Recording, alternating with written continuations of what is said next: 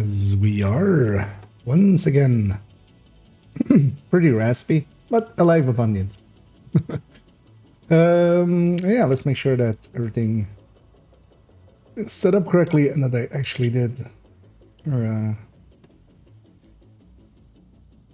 change the titles and everything, and that audio is working fine.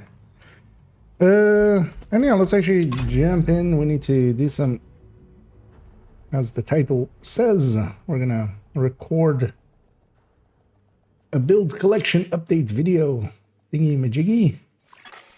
Entering safe area. That's gonna be character 1. We're just gonna start at the very start. But first, can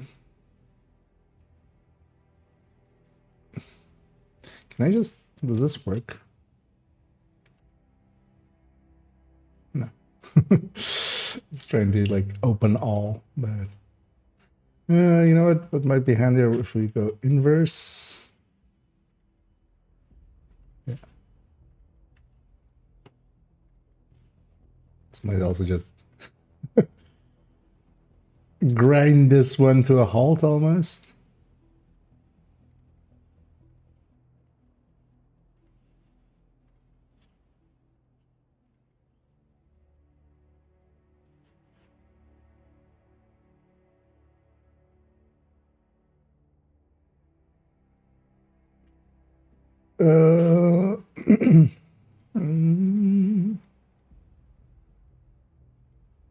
Let's make sure all of them are loading all the way, because that one isn't.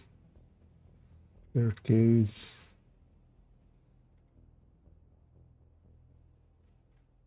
Okay.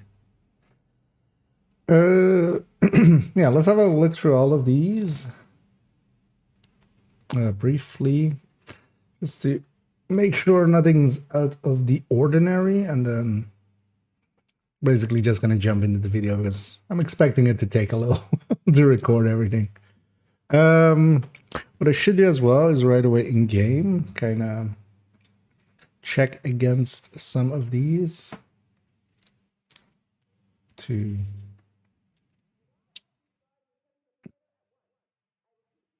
of course see if there's anything off. So strikers with that. Actually, while we're going through this, let's make also check for names and basically as well that the weapon talent is on the level. Though I think I already did that on character 1. We just opened all of theirs and just went through it.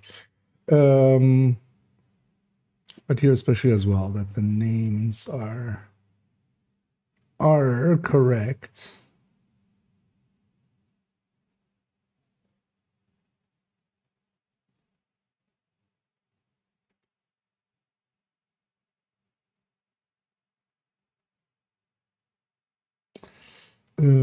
Fire Eclipse class.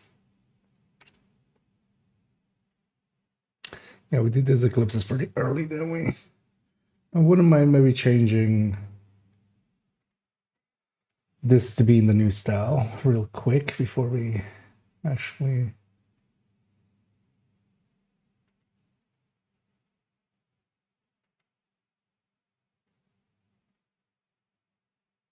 I know, we could actually make that out of that. So let's actually quickly do that. Because yeah, the eclipses were one of the first ones we upgraded, so...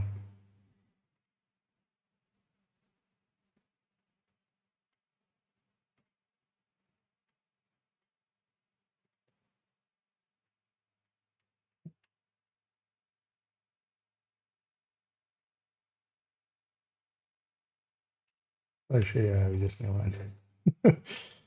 So let's scrap this to be...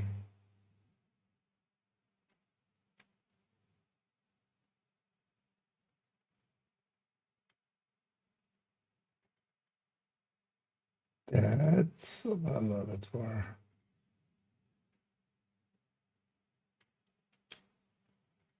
Okay.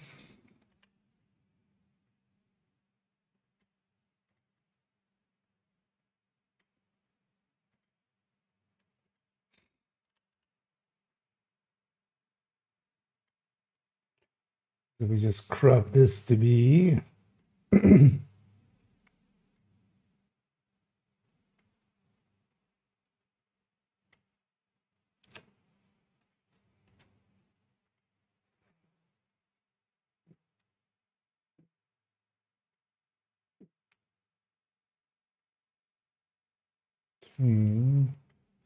that.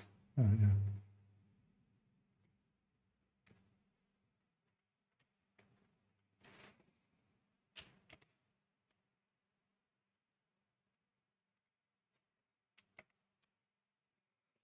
There we go.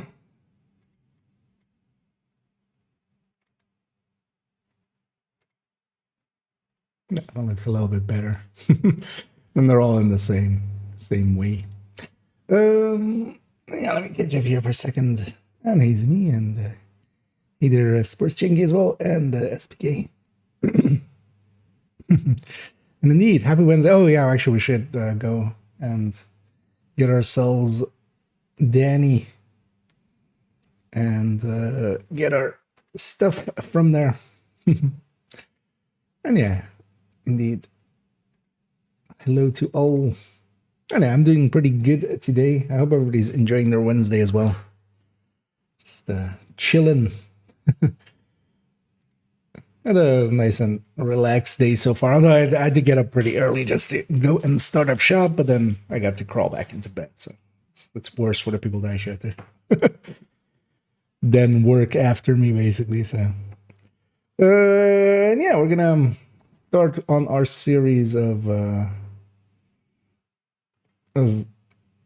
build collection update videos. So actually, let's use this time as well. Yeah, as the pass, we'll check all the names. We'll make sure all the skills are kind of in that form.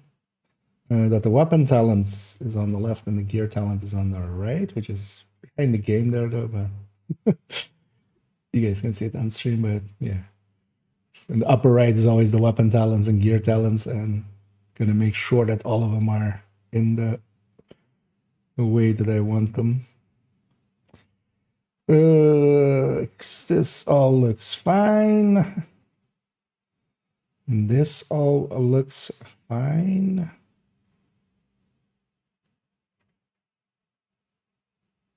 Wait, why would this be a TDI card custom? Also, capacitor is missing here.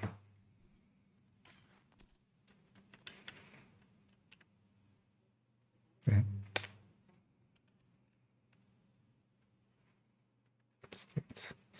Capacitore. Yeah, what would this be a TDI card custom? It wouldn't. What do I have in game, actually? Yeah, it's just a card 45. Because it's a 6th skill tier build. The TDI card wouldn't really do anything here.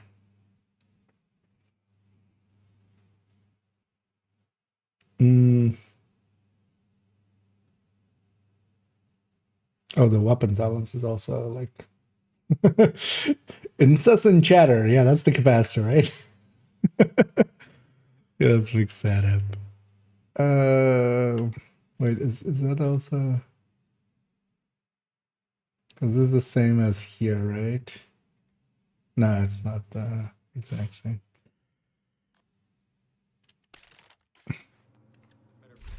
Though, yeah, it's fine. A pistol should, like, for min-max and should be future perfect, but also, you know, we can justify this with, like, if it's pistolero and we can't do it with the shotgun, then we'll do it with the pistol. So that one's further fine. Yeah. Yes. This one looks fine. Adjusting some minor things there.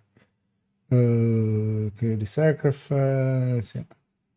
Checking for the actually names of these are all fine, right?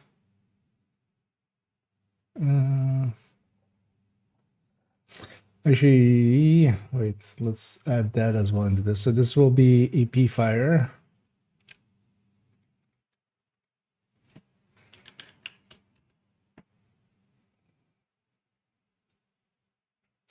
It's gear set. I'm gonna do it from like instead of going fire eclipse. Or maybe we do EP fire eclipse.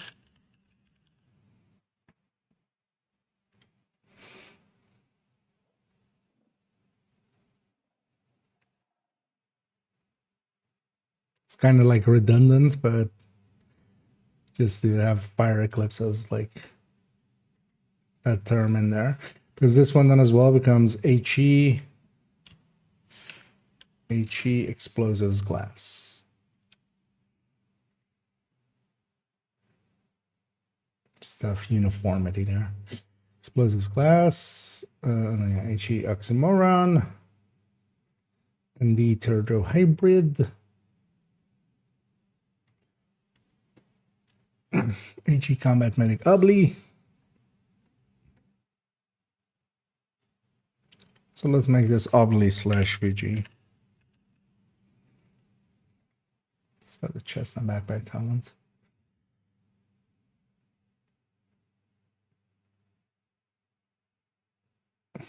Glass hybrids. Yeah. I mean, the third rows are basically always going to be with glass. Anyway. One time there. That's all looking good. Yep. Yeah, this one's looking good as well with the new style skills. New style for the skills.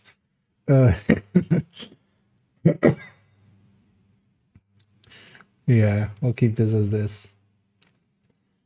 The V for Vestilence.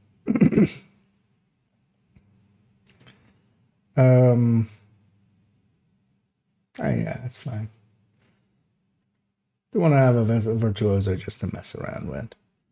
HF head under. No.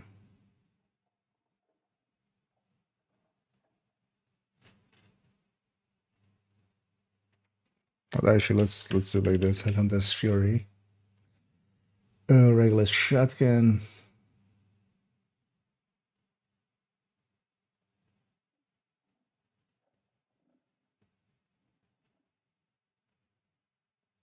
Everything else looks fine here.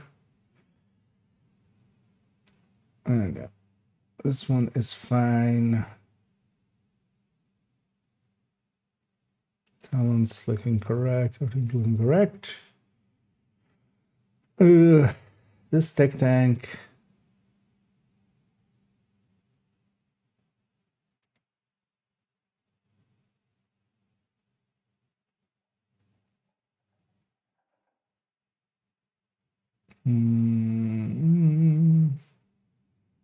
This tech tank also all looking correct. Just checking the double. Yeah, I've been checking the names here. So this one, yeah, SP, HFP Backfire, HF SMG Brawler.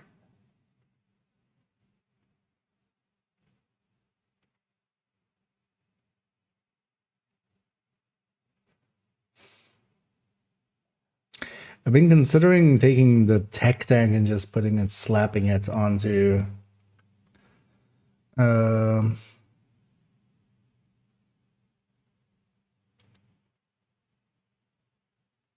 just instead of going HF SMG Brawler or Bruiser, just going tech tank. Sort of in between. Okay with that. 1-6 contractors have weapon damage in the picture. 106. Oh, yeah. No, wait, that's. Oh, yeah, these two are. Wait, huh? How do I have it in game? Yeah. The thing is, like, one of those gets to have. Oh, okay. Yes. I know why that is. That's because of this. Because I'm using the same contractors in this explosive build, so we flipped. But that's basically how it is. We flipped the contractors because this came from a different character originally. But yeah, it's supposed to be like that. And yeah, it does have one red score because we have technician. But yeah, the red score should be on the. it is actually on the Fox's Prayer. Let's me actually double check as well in the game. Yeah, it's on the Fox's Prayer because yeah, we need the contractors to be with yellow core so we can use it in this other build as well. But then on the other character, like the contractors was the because it wasn't getting. But yeah, thanks for pointing that one out.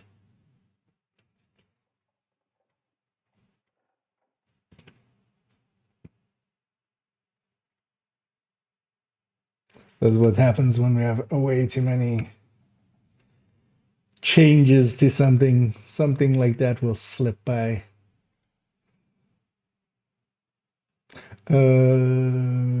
Here, and I'll keep Brawler still on Tech Tank between brackets. This is all also looking correct.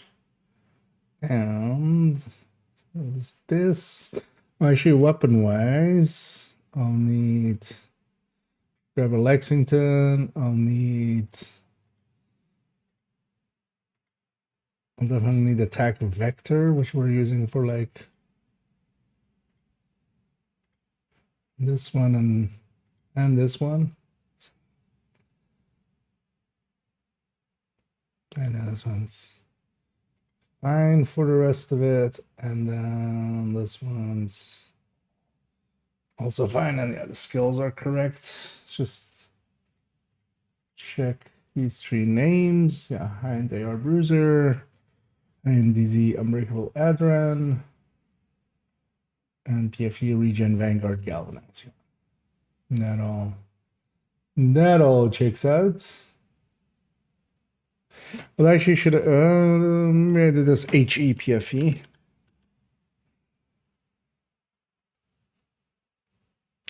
Actually, yeah, let's see if with all of them, basically we have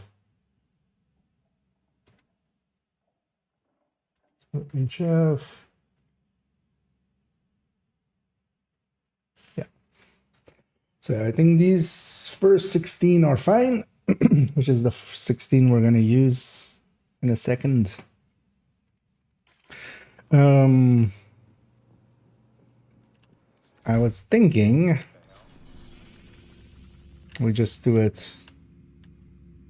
We're gonna do 5 characters. There's like 5 safe places in New York that we just do Haven first and then just each of the, because I also it would be handy if I'm close to a stash. But also, yeah, before we actually start, let's go see what Cassie has. Although she's at the, annoyingly, she's at the spot which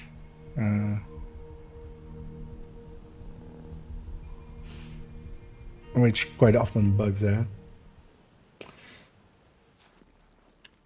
And neither were he's. Banshee on a HF, what talent users?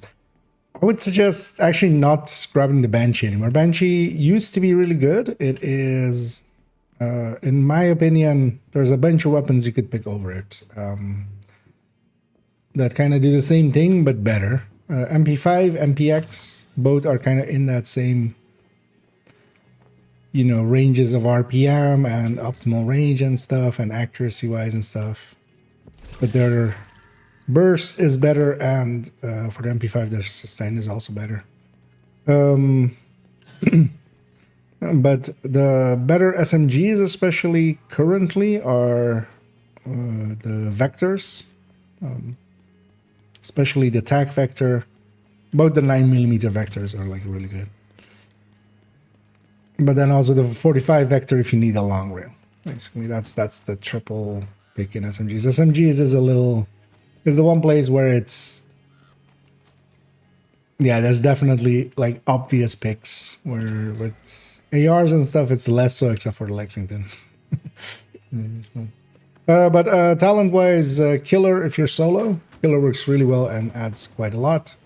If you're in group setting, because it is killer's on kill talent, so you know, if you're competing with 3 other people or like in Countdown 7 other people, then it doesn't work out that well. Hostile But broadcast then picked up. go with measured. Measured is now, Agent. the buffed measured you. is pretty good. I know we already knew what their first two items would be because these are always on the countdown as well. But then, like, if you ever want these, just wait for Cassie to open up. Neither of those are great. Sometimes she has like red FI pieces or something, which is sometimes worth keeping an eye on. This is the military, not the custom, so this one is like not even the good one of the. That's the right stats, but this would be a hell to optimize. Yeah, nothing that useful. Let's go see Danny as well. At least, yeah, Danny is not in a spot that bugs that often, so.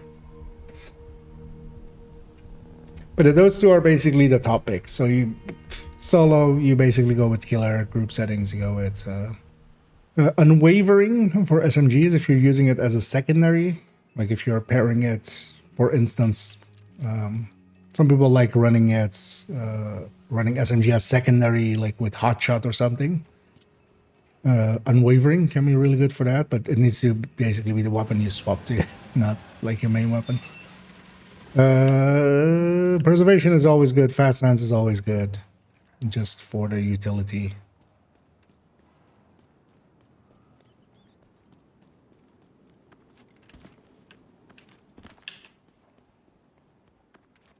But that's kind of the list.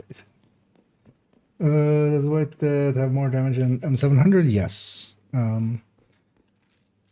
In a very technical sense, I know who you are.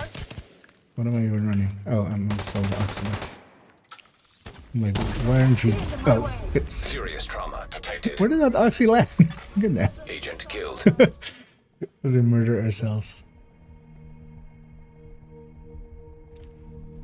The prediction thing put it a little further than that. Also, why are we running around with that? I was expecting to just be on a red or something, but yeah. And her to die in like 2 shots. The M700 beats it by like a tiny bit on the cap shot because its base damage is higher, but it's a tiny bit. It's like, we're talking, you know, like 60k on like 30 million or something.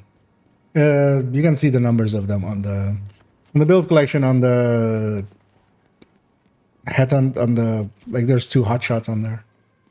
Actually, we're gonna, well, I actually have one open because we're gonna discuss it in a second. So basically this one doesn't have though, but yeah, on character 5's one we do have it. Whereas the Habsburg variant,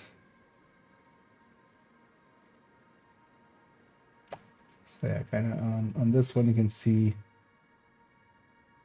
It's actually has behind the chat. I'm gonna move that over there.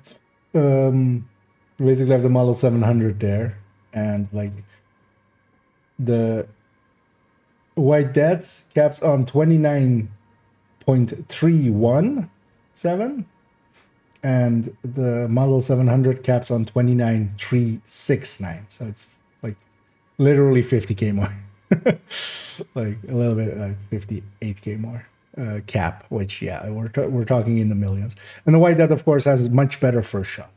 Because yeah, I've seen like people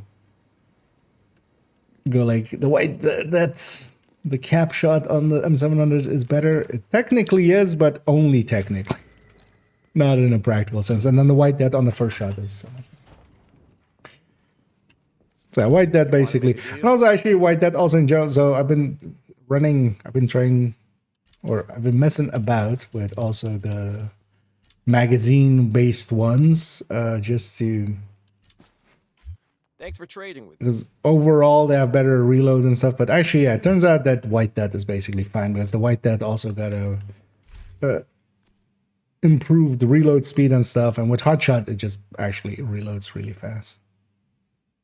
That's the only thing that the model 700 does have is it does have 7 rounds, So technically, you have 2 more rounds to get Hotshot to reload it. But the White Death is actually so like it's such a fast reloader now that.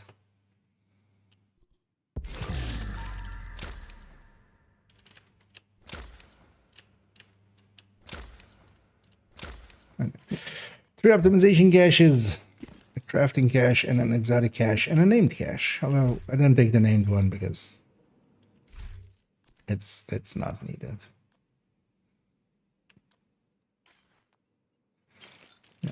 One exotic component. Although yeah, later on today we'll do Roosevelt a few times and get ourselves 4 each time. Should maybe do one now before we get started. Maybe I'll do one now before we get started. We'll be making a video on the seasonal modifier spectrum and worth using and which aren't. I wasn't planning to, is the thing, but I've already a few people have requested. The thing is, it's pretty simple. Because all 3 of the actives are basically situationally like very usable. Reversal, especially like for PFEs, is really good. Prime time can generally be like a really good one as well for like basically just red builds. But actually, prime time is really good for just bringing by the teeth. You can basically bring it to mid range, and then all out is situational really good if you can get that original kill. But this is more like solo and stuff. Prime time you can just make work in any setting basically. So for instance, countdown, and then honestly here is just liability retribution by the teeth. Like, and then if you don't need the crit chance, you can go persistence. That's basically it for red builds. I might actually eventually just make a video and kind of. The thing is, I kind of feel it's kind of obvious, but maybe I'm.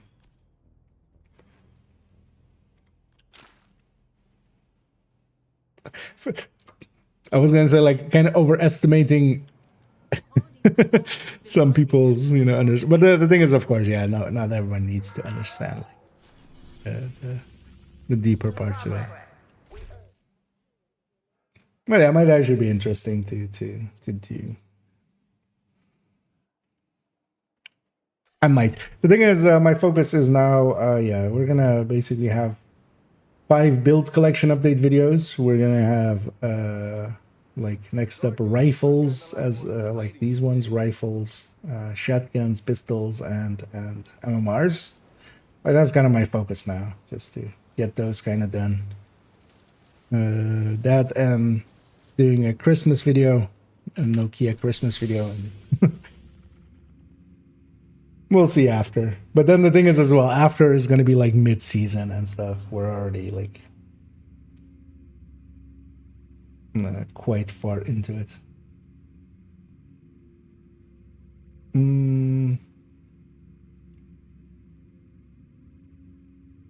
Yeah. Actually, so maybe I need to be at the range as well to maybe show sometimes some things. So do I maybe do it just at the range?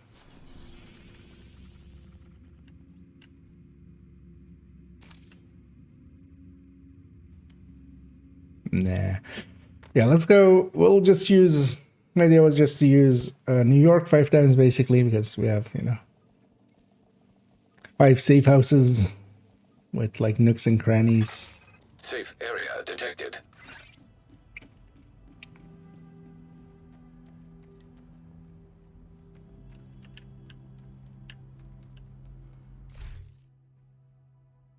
I've used this exact shot already once, I think, but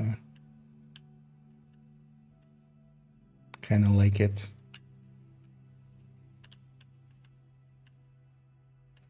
Well, that might be a little much.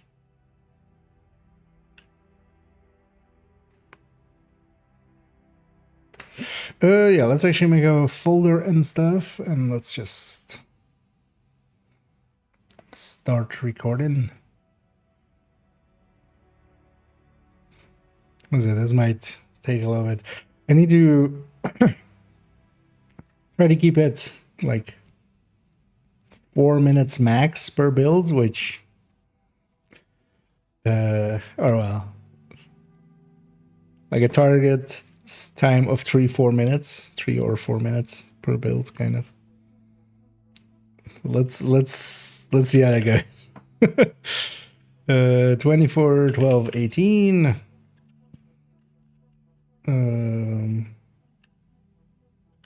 Build call up.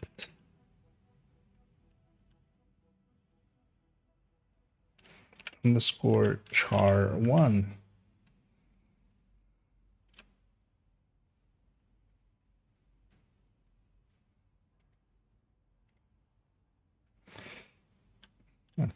Somebody bumped into my camera there, I guess.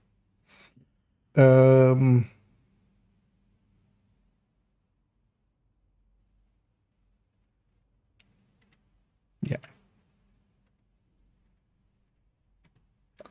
So the build collection at already. Let's actually. Yeah, what series did this even go in? In-depth look? What did I wait? Where's like the last build collection update? Collection update. What's the thumbnail say? These are as rambling talks, but this isn't per se a rambling talk, I feel.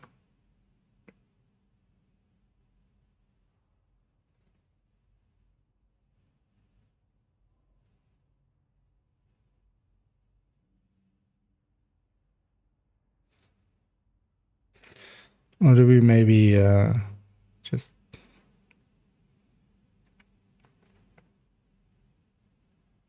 Although technically it's kind of like a build showcase, so we could just use build showcase as its thing.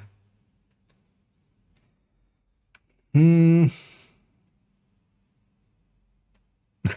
yeah, Chansey says there though. Good, yeah, we could just use build showcase. Let's just use build showcase. Partially with that as well, it's like more just the thing it goes in, the playlist and stuff. Let's grab the description file and stuff from the Striker build showcase.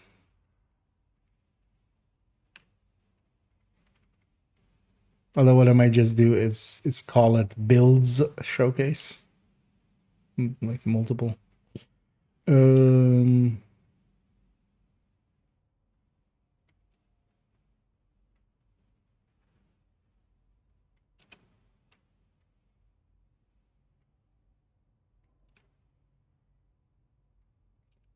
I'm gonna just quickly prepping a description file for it.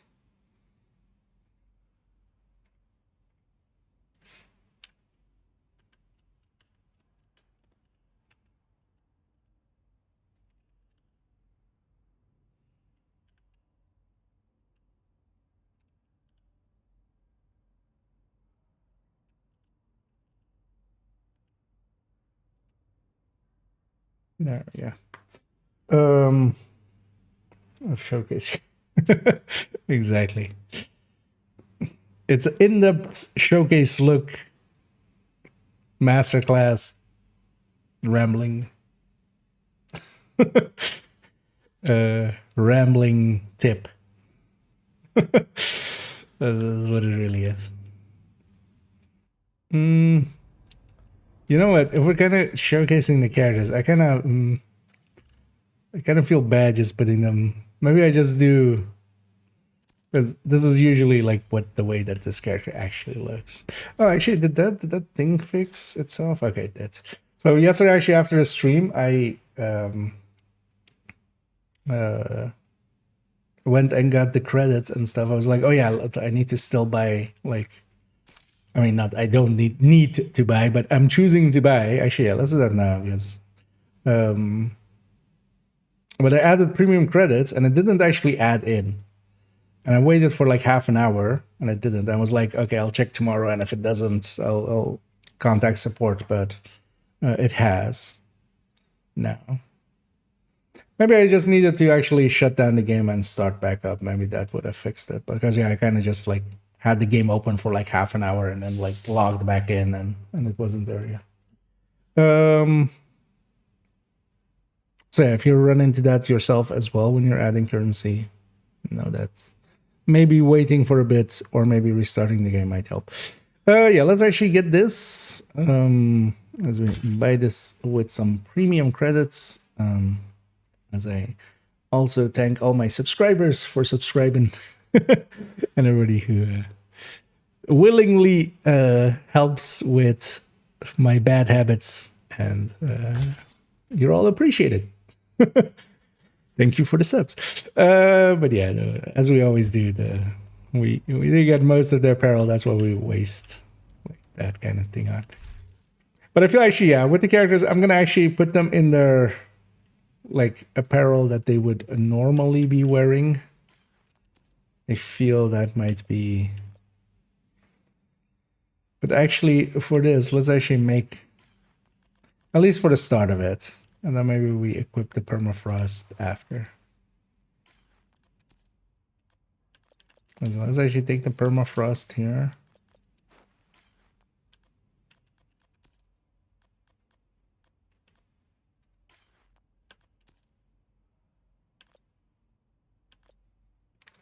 Ash and slash. So it suits our new. So ash. I kind of like this one actually.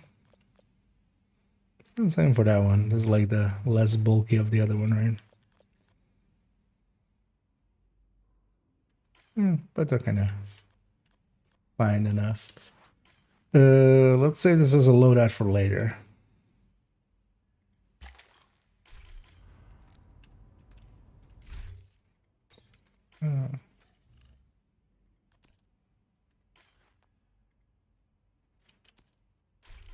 I feel we should have the characters be in like in their normal looking things. There's so much showcasing for no particular reason exactly.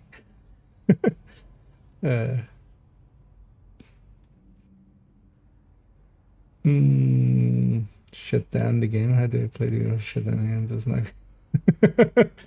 Yeah, it's just just infinitely keep it running. That's.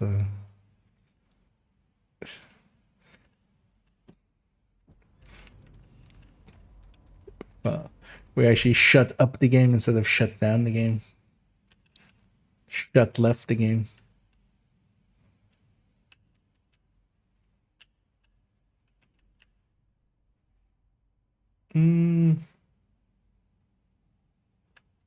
It's kind of plain like this.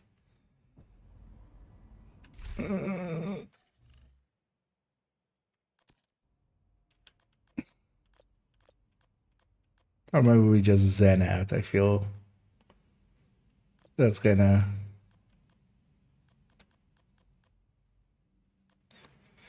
Zen is like blue or green, right? Yeah. I actually already had Zen.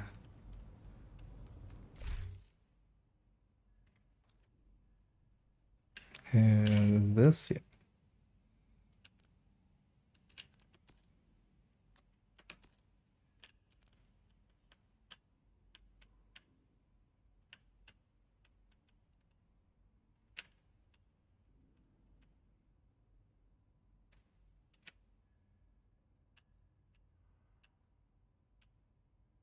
You know what? I don't hate that. We'll just go with that. Continue playing field. Yep. Just gotta. Anyway, get some of that Division 2. Just shoot it straight into my veins.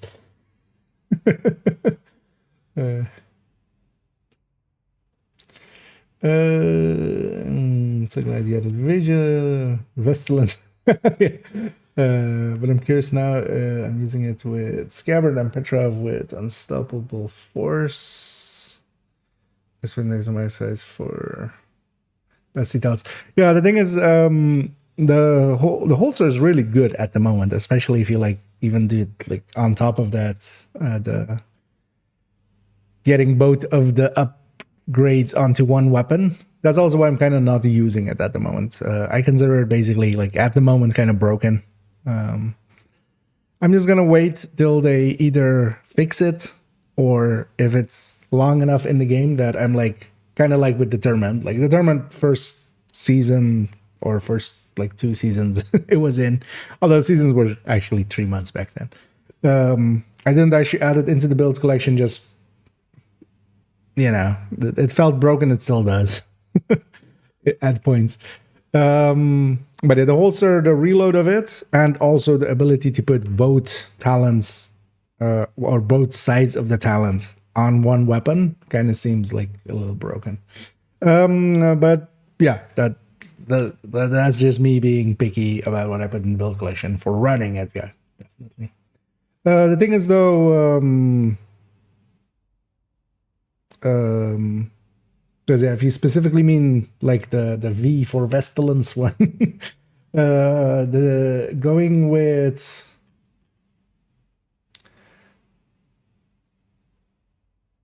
because you have to go with the chest then, right? Yeah, if you have ensemble force, as you said. The chest is kind of, although yeah, if you're using the holster, then it's kind of fine. Because you get like 20% rate of fire out of that, which, you know, can compete with glass and then the other one. I tried the chest a little bit, but kind of found it lacking. Although yeah, that was without using the holster. The holster can make up for that. But even actually on this Lengmo version, the holster here, especially if you're gonna do like swapping to pistol and back kind of thing. Although the thing is, when you're swapping off with the holster, of course, you're losing any of your current pestilence stacks on enemies. But that's not that big of an issue, because if you're just like carrying of like you have a full pestilence stack out at that moment, you're only losing the 20 weapon damage on that. That's kind of fine. But yeah, I'm just being a little bit silly and just like not using this the holster yet till.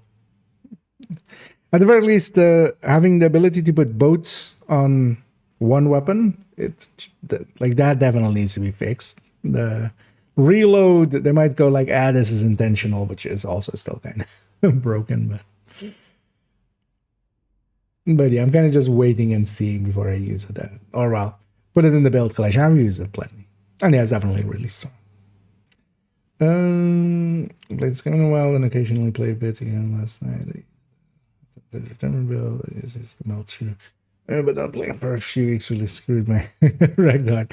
I mean, yeah, that's also the thing. That whenever I go with a headhunter build, it's, you know, I need a little bit of warm up time. And the thing is as well, like if you've been running it for a few days, you definitely feel your aim improving, and then if you don't for a month or so, you go back to it and you're like, wait, I used to be able to. Yeah, let's take it to here. Let's check all of these. So actually, for build picture, that would be this one, right? Let's see if this lines up correctly. Yeah. Okay, the idea that I have here is we'll first do, basically with every build, we'll go to the build collection build picture first, and we're just going to segment it into each build. Should actually, yeah, watch out with not going like, and now for this build, he's just repeating the same intro kind of to each build every day. I might, yeah, I should just not even like kind of make it feel continuous. But then yeah, show the build picture first and then show the in-game build. Does that matter for any specific ones here? Yeah, the MD. Because this MD definitely is a 5-piece.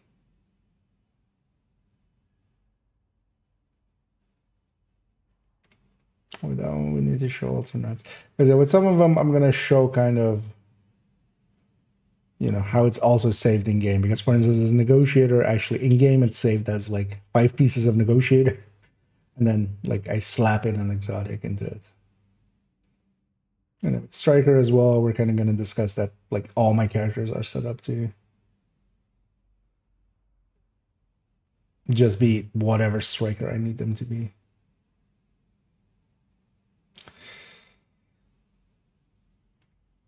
But yeah, let's actually, and I'm not gonna, so what I'm planning on doing is, actually it's gonna be 6 videos in total.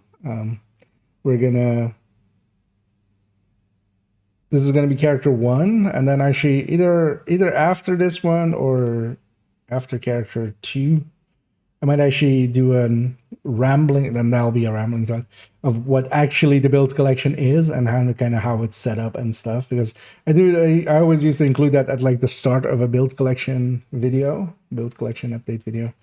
But I think it would just add too much time, and it might be actually fun by itself. And then also I might actually go and like do, because we always have those like very old build pictures, so I might actually go for some of those and like show those and and kind of turn it into like its own thing.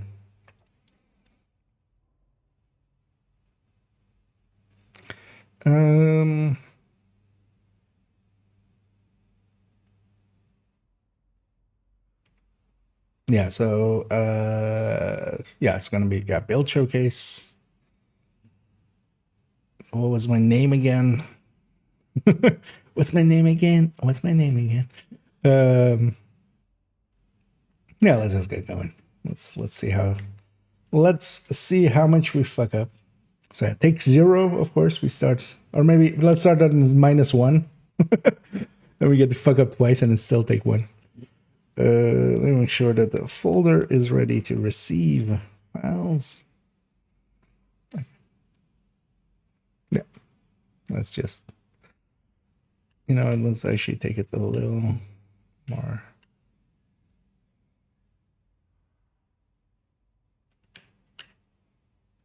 Wait, what is that? Is this?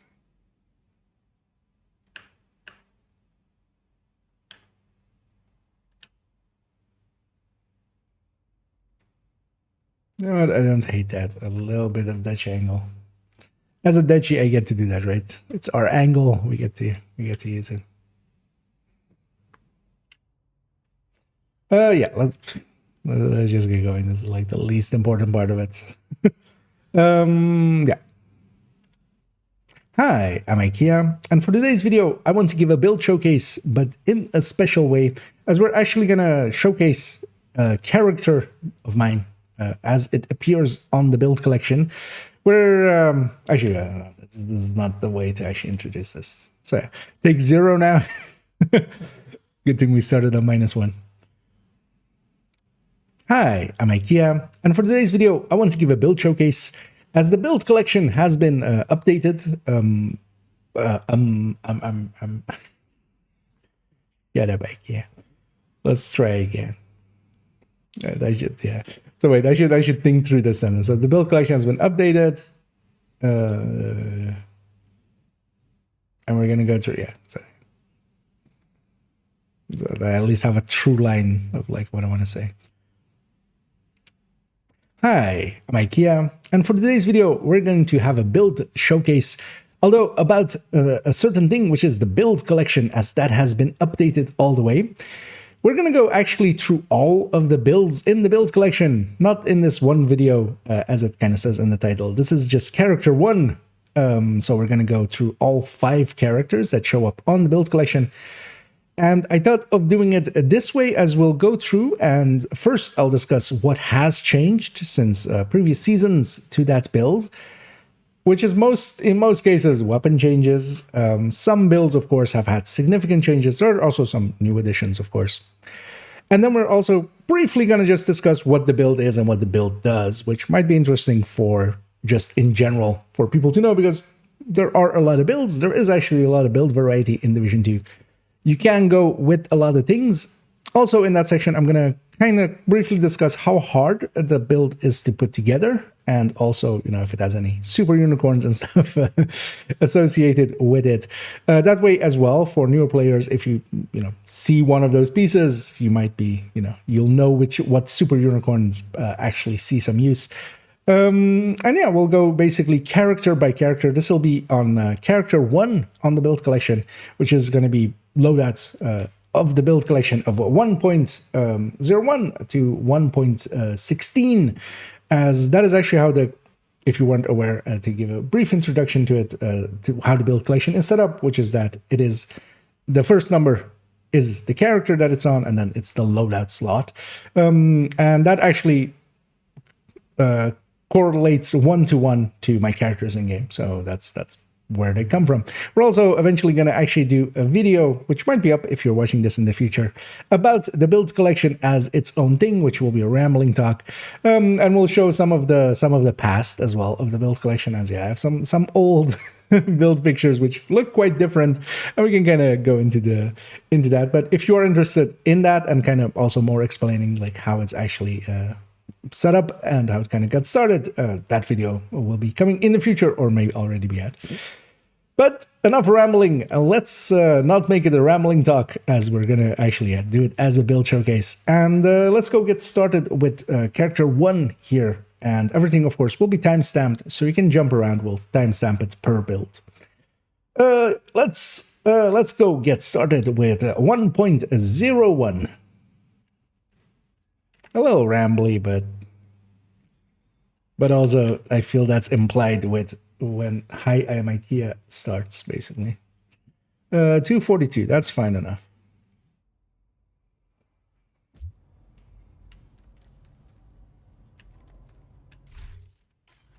Is there a spot here where I can kind of have that background?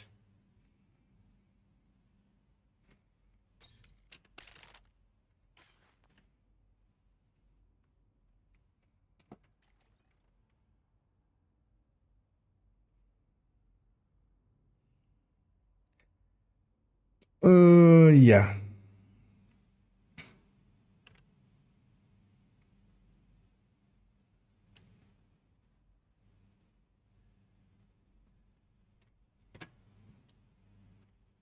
This one's the one. Okay. So let's have that open.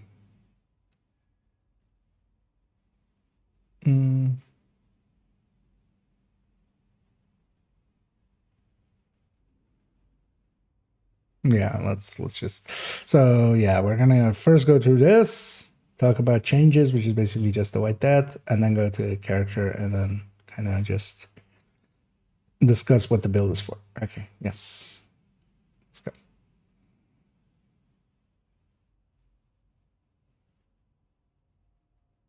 Actually, let's start here, actually.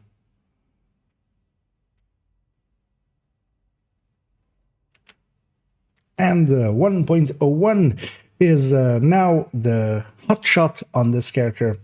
This got actually moved around on the build collection, but that's just on the build collection itself. This used to be on character 2, so it used to be 2.01. Now it's moved to character 1.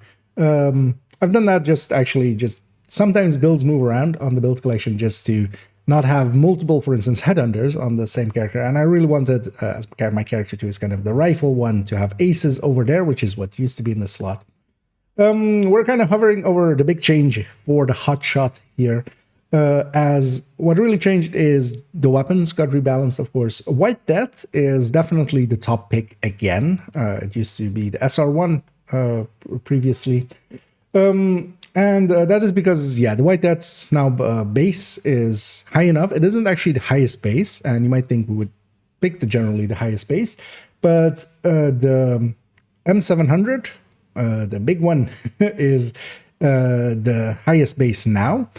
But actually, it barely beats on the 3 shots. On the first shot, of course, it actually loses heavily to the White Death because it has lower headshot, which is the bonus that the White Death, of course, has. And actually, on the 3rd shot, where the base would matter, it is a tiny bit more on this one and on the Habsburg one. So, for instance, on the Habsburg one, it is 57k more, as I just looked at it a few moments ago. on 30 something million or 29 something million. So it is insignificant on the top end, and then actually quite a big difference on the first shot. But for the rest of this kind of stayed the same. 4 pieces of hot shot without the chest or backpack, vigilance on the back, headhunter on the chest. Chainkiller makes a lot of sense here. The other option you could go with is Chainkiller Gift, which actually gives you a little bit higher on that first shot as well. But actually, we are actually in that range to start on, especially if we have a graded weapon to start on Elite when we have Hot Shot actually active. So that's kind of nice. Actually, no, that's not true, is it? That's on the Habsburg. So maybe we should actually go with just briefly check. Because yeah, an Elite is 9.8 something, right? Yeah, 9.89.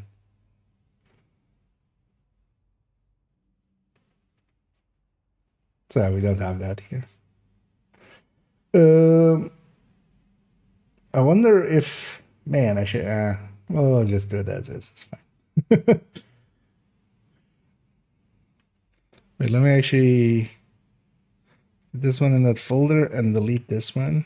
Because I said something stupid there, which is on the Habsburg. You do get right over it.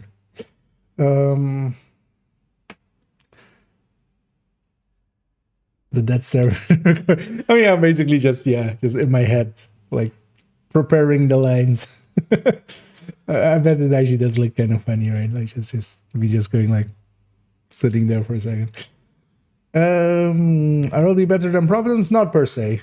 Araldi gives you a little bit more top end, but actually on this one, now I want to actually change it maybe, because this is actually close enough. It used to be that with the Araldi, you were with the SR1, you could actually get an Elite even with this. But I don't think the hot shot or the gift would actually be enough, right? Because it adds like 300k or something, which still wouldn't be enough.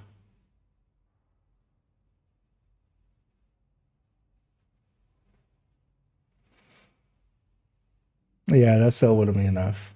So it's basically, yeah, neither gives you a different threshold to reach a different threshold. But yeah, the RLD basically adds to your top end, and if you go gift or just Providence, you gain more on the first shot. That's basically the difference between the two. Both of them are not big differences, so it's. I usually go with Araldi.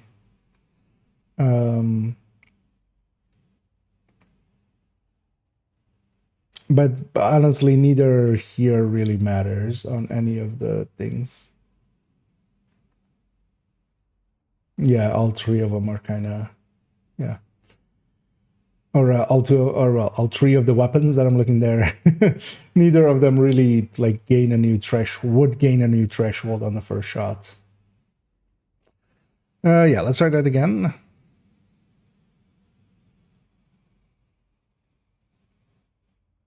Yeah. And starting with 1.01, it is the hotshot. This got actually moved from character 2 to character 1.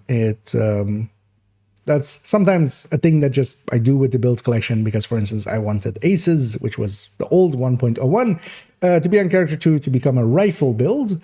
And then this came back to character 1 to be their sniper build, basically. And then here, what really got changed on this hotshot is the weapon. We're going to go back to the White Deaths. We, of course, had SR1s for a little bit, being the top dog. White Deaths are definitely the top pick now. They are versus the M700, the big one, of course. They actually have lower base, but they have, of course, the White Death has that extra headshot as its named thing, basically.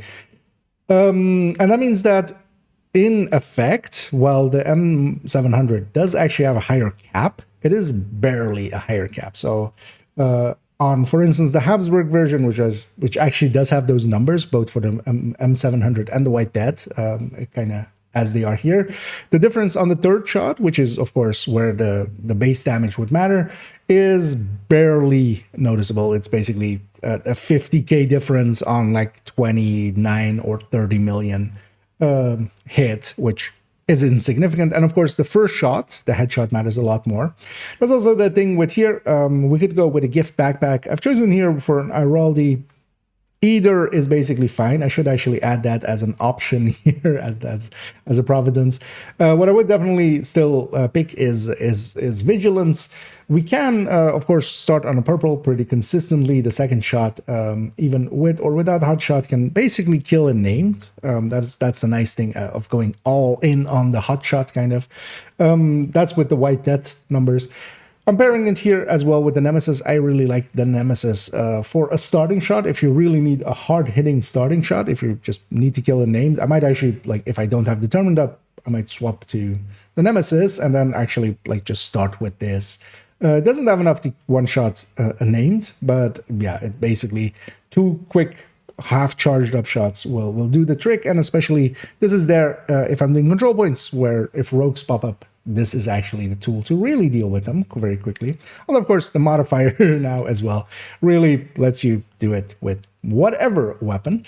If we go into the game, it is actually saved a little bit differently than I'm showing there. I actually as well have a custom M44 here. The custom M44 is the hardest hitting magazine-based weapon. Here we can have basically 10 rounds, which is a lot nicer than the 5 of the White Death, of course.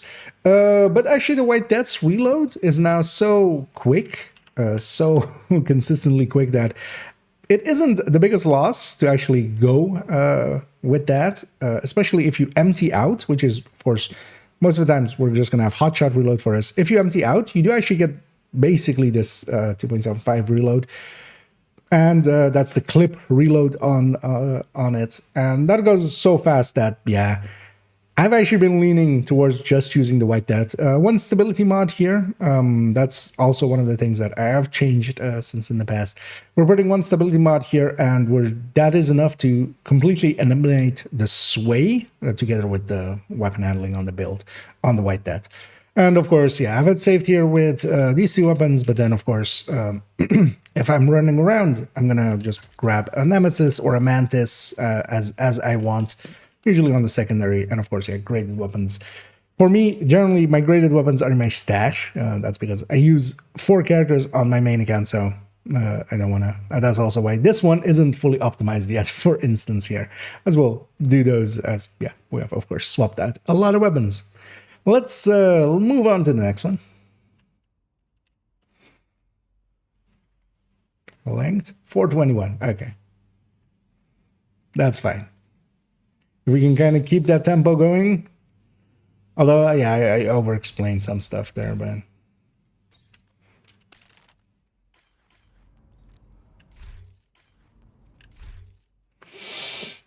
I know, we catch up here real quick. I need their salt. Actually, yeah, we should totally add gift as an option in the corner. Or just, yeah, Providence, Pep. Hotshot plus Fox Spur. The big difference is you get to keep Hotshots 4-piece bonus. Fox Spur gives you a much better first shot. Versus, but then the thing is, it's the let's go back to this. It's the first shot versus this, where like the hot shot can get you even higher. I like the hot shot a lot better. I like the bonuses of the headshot, hot shot. It heals you. It reloads your weapon for you. And then the bonus damage, actually, not so much here, but the Habsburg version, what you can have there is that if you have if you're on the damage parts of hotshot, so either it's the second shot or it's like you're already in the rotation, you can start on an elite with a grade 25 White Death. So that's kind of the thing with it. It's you go for a little bit more damage that way, but I personally like the healing and the bonus armor and the reloads of it.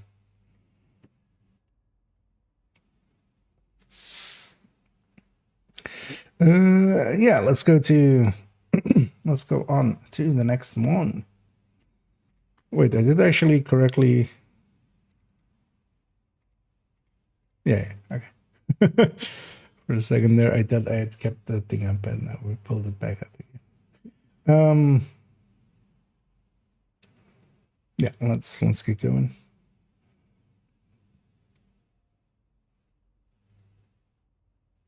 Yeah. And we'll continue on to actually I shouldn't do stuff like that. Like just because we're gonna have that like 12 times. So instead I'm just gonna do 1.02 as we have it here.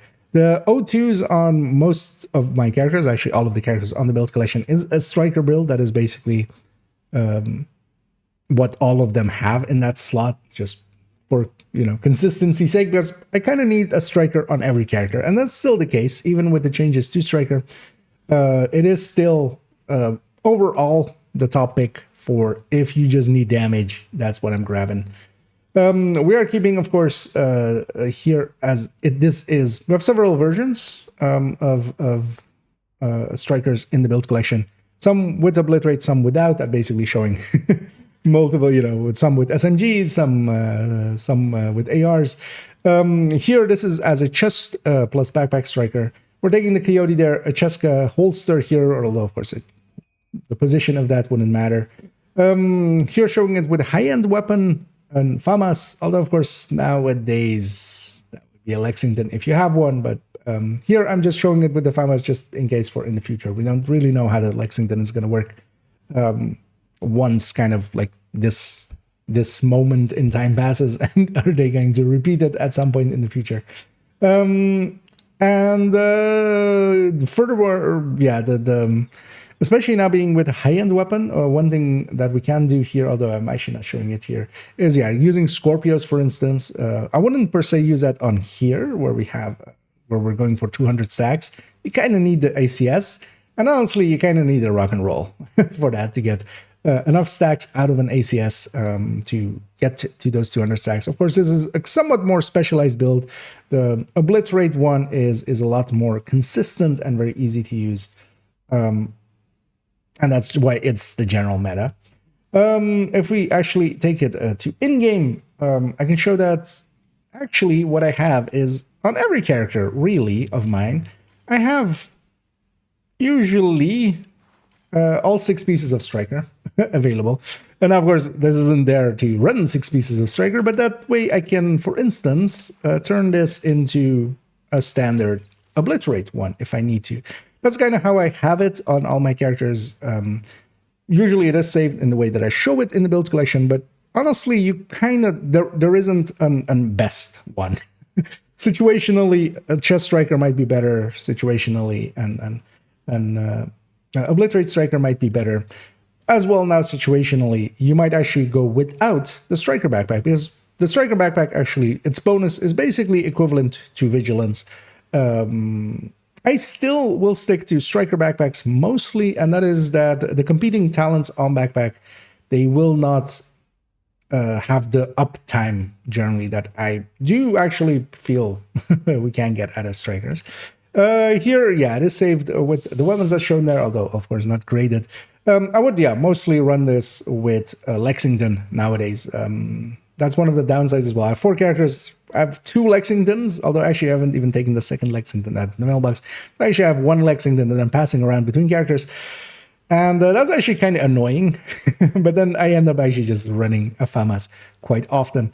And the nice thing, of course, about strikers, it's a very easy build to put together, very easy to run. And that's why it's the general meta. So that's why we go with it. It is a build, basically a top build that you kind of just need to have, especially in this Obliterate variant. I would definitely say you should have it.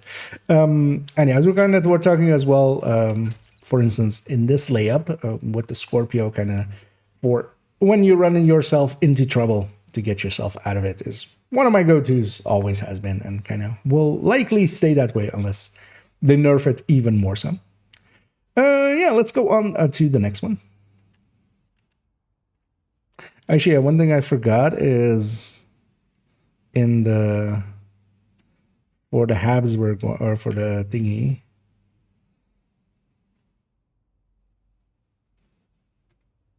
For the hotshot one to kind of explain, actually, do I want to re-record that one? We kind of could.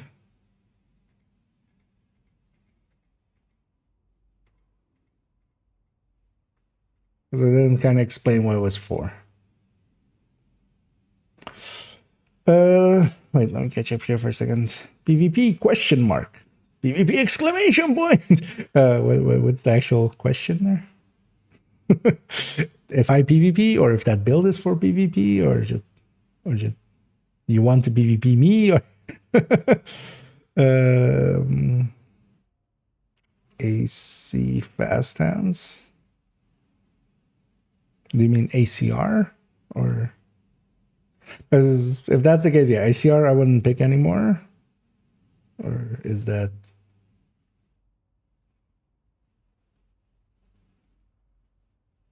Because I'm trying to think of like other AC, like A. Oh, ACS 12. Okay, yeah.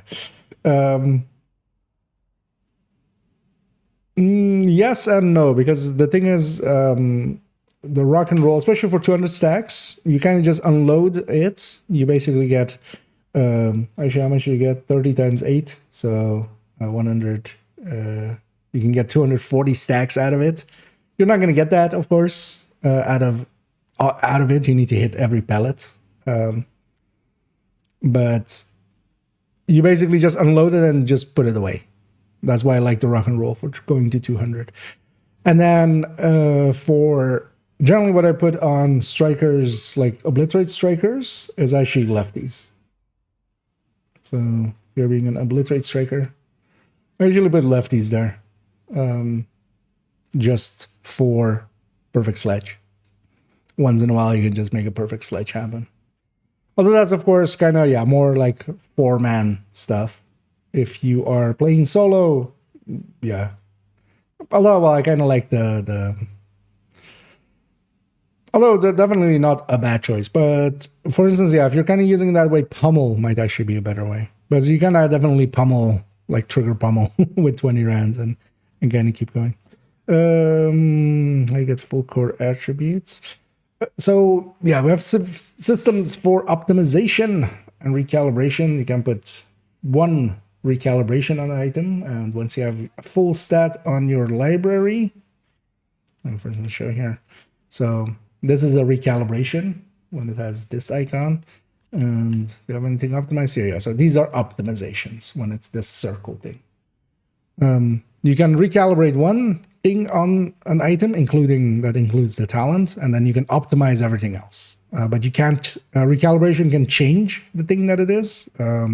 Optimization can only increase whatever is on the thing. So that's how you get full out stats. But those require resources and those take time. So having everything maxed out takes some while. Yeah. Let's actually, I'm gonna quickly continue on here as well. Because I don't wanna get her doing. As we'll go to Pestilence.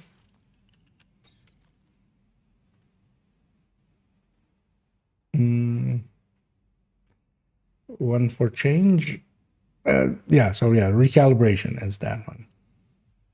Need some get a better one. Overall, you do want to start with decently good items, and then like, because for instance here as well, on a lot of stuff, I try to like get maxed items that I just put one recalibration on. That is the cheapest. Recalibrating is very cheap. Optimization is a lot more expensive, but sometimes you can't escape it, especially for this on a super unicorn. Like there, again, yeah, gonna need the kind of need the help there. Actually, let me put myself a little bit more that away so I can kind of see that item a little bit more better. Yeah, that's more better. Actually, you know what? Let's because yeah, I kind of feel I can do those two original segments better. Yeah, let's. It's a little bit of a time waste, but let's take that here because I feel especially on the hot shot as well. I didn't actually explain what it's for, which is like why I'm doing this video this way. So let's actually explain what it's for. And I can do that as well in the same amount of time, but not babbling about a bunch of random stuff that doesn't matter much anyway.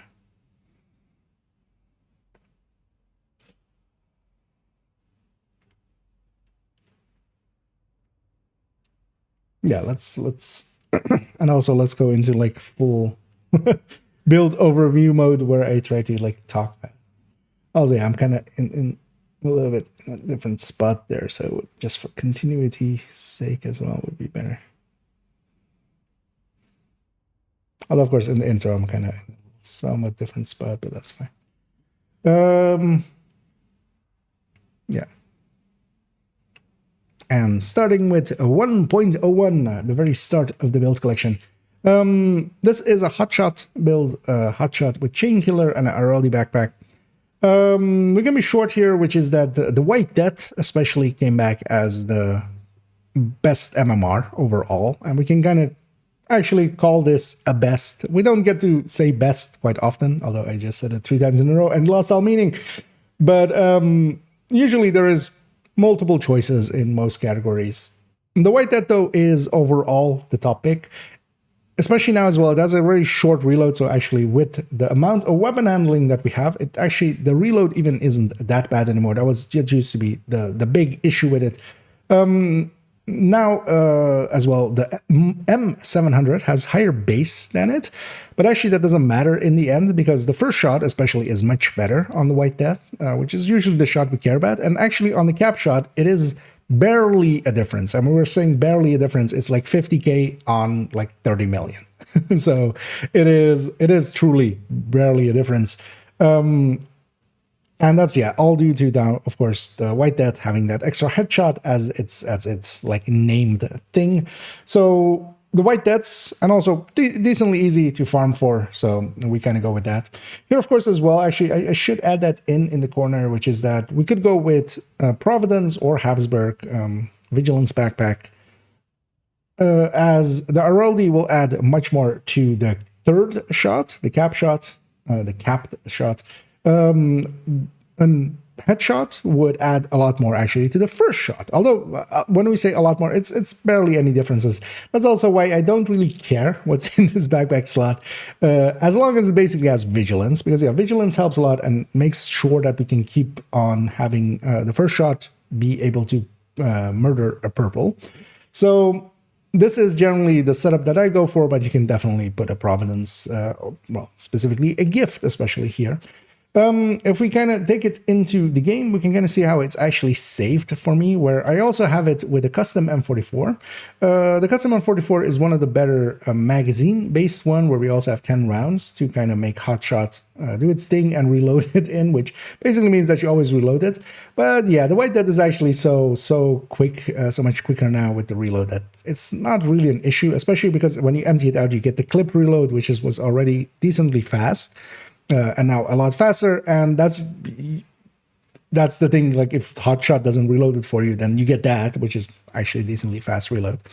And then what this build is kind of for is especially 5 directive farming. This build can do that kind of like no other, although there are several that can kind of compete with it. But this especially for control points and such is a very easy go-to. It's also very easy to farm for. It is 4 pieces of hotshot and a chain killer, which can be pretty easy to get. And you can go with many a backpack as long as basically has vigilance on it, like Providence or Araldi, making for an easy build to farm for and a really good starting build. So that's also why I kind of wanted to push it to be at the very, very top of the build collection now as build 1.01. Let's go on to the next one. There we go. I kind of feel, but that's kind of, especially that like last part is what I really want to add in here is just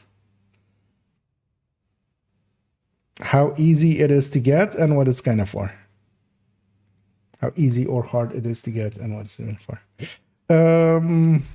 On to Striker. And yeah, we're gonna redo that one as well. Let me catch up here.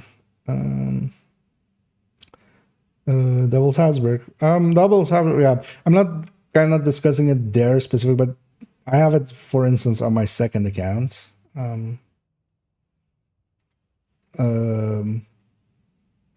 we'll discuss that basically when we get there. The double Habsburg is just better in every way.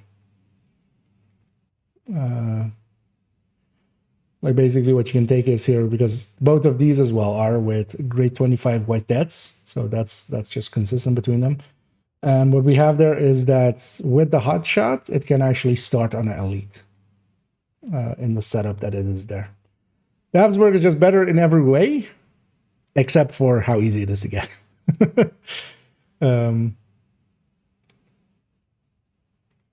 But yeah, we'll basically have that one as a different discussion when we get to character 5. Oh yeah, no, I don't mean it like, but yeah, I just don't want to include it there just to not make it too long. But at Habsburg, yeah, if you can get it, it's really cool. But yeah, you need it basically, you need definitely the weapon core and the headshots and the talent. You can't give up some weapon handling, but also if you're giving up 24 weapon or 16 weapon handling with 2 of them, you're kind of losing a little bit. So I would definitely, you kind of need, yeah, you kind of need it to be perfect for it to. Although yeah, it does a lot more damage. So there's definitely that there.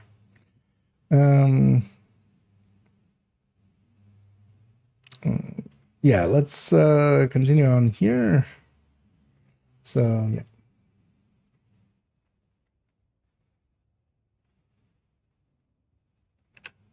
And on 1.02, the 0.02s on all my characters are strikers. It is basically a build that I kind of need on every character just to do incursions, for instance, with them, or just, you know, when we really need to go hard, or legendaries, for instance.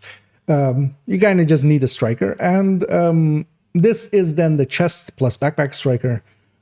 This is, of course, somewhat a little bit more situational. The obliterate striker is definitely, I would say, the general meta still, where we take an obliterate chest, a coyote's mask. This is then much more set up for places where there's continuous fights or long fights, or where you can stack up with the rock and roll starting up. And especially with this, with the chest strikers is where I do take rock and rolls. Here as well, taking a high-end weapon, although of course we're kind of showing a smorgasbord of weapon picks. And of course, actually, while I do have the FAMAS here, if we're going with a high-end, the Lexington is kind of the go-to now. The one reason I kind of like still sometimes do not run the FAMAS is actually that, like, I have I have 2 Lexingtons on my main account, in between 4 characters. Actually, although one I haven't taken out of the mailbox. I'm just keeping it there just for the looks. So I have 1 Lexington. Moving that across characters and stuff is much more of a hassle than me just grabbing the weapon that is on the build already. Here, of course, yeah, we're going with the Cheska as well. Nothing much changed about this build except, well, not even really weapons, because this was already with the FAMAS, although this used to be shown with the Elmo in the past. And yeah, if we actually take it in-game, you can kind of see that it is saved that way. Ungraded weapons here, that's continuously going to be the case. I actually have ungraded weapons on my characters, and then my graded weapons actually live in the stash, and I quite often forget to grab them. But I grade basically ones in the stash and grab those when needed, because yeah, I'm splitting them between 4 characters here on main account. On my second account and stuff, I actually run like the graded ones are the ones on the character.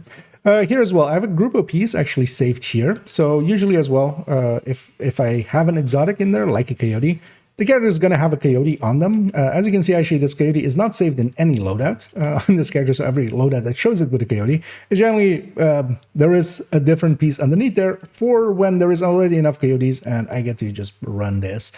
As well, what I have actually on all characters, and that's kind of as well what I recommended on the build showcases and such, is to actually, I basically have all 6 pieces of striker on every character. And that makes it so that if I need to, or if I want to, I can just swap over to an obliterate on every character, or to different setups if I need to, maybe put in a contractors for an AR setup or something, but we can just make a general obliterate setup. And that is actually what I would recommend for running on characters. Just have all 6 pieces at the ready, and then you can basically swap in pieces as you need to. And yeah, this build is, of course, very easy to put together. This is generally the first build you would put together anyway. That's also why it's on the top of the recommended build list. It is very easy to get the parts for it. Whatever chest you kind of get with obliterate is kind of fine. Whatever mask that is red is kind of fine to start out with. The big bonus comes from especially the striker 4-piece. So basically, as long as you have 4 pieces of strikers, you can kind of, as well, like when I started on my 3rd account, I basically just quickly put together 4 pieces of striker and started being on challenging, and then very quickly actually on heroic. So yeah, and this is definitely like one of the general meta builds. This, you kind of need one.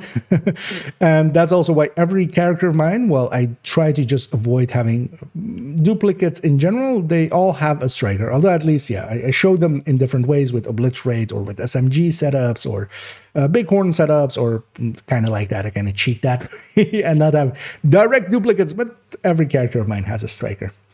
Let's go on to the next one.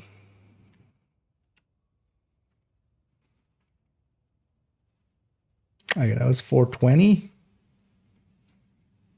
Now we need to, the next segment needs to be exactly 69 minutes, 69 seconds. Then it's all fitting together. Yeah, let's load that. 3. Oh, that's not the right one. This is right. Okay.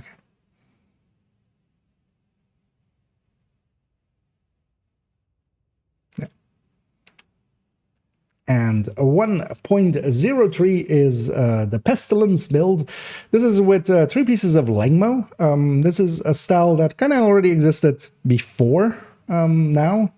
But the Pestilence wasn't that great in the past. The Pestilence definitely has become a lot better. It has basically around the same base damage, but it has gained a lot of RPM. That has really bumped up its damage and its usability. I really like this build, and actually it's going to be the next build showcase. If you're watching this in the future, there will be likely already a build showcase of this on my channel. And this is with 3 pieces of Langmo with the backbone, and with the contractors and a fox. Nothing about this build really changed at all. Except that, yeah, that it got a lot better because of the Pestilence changes.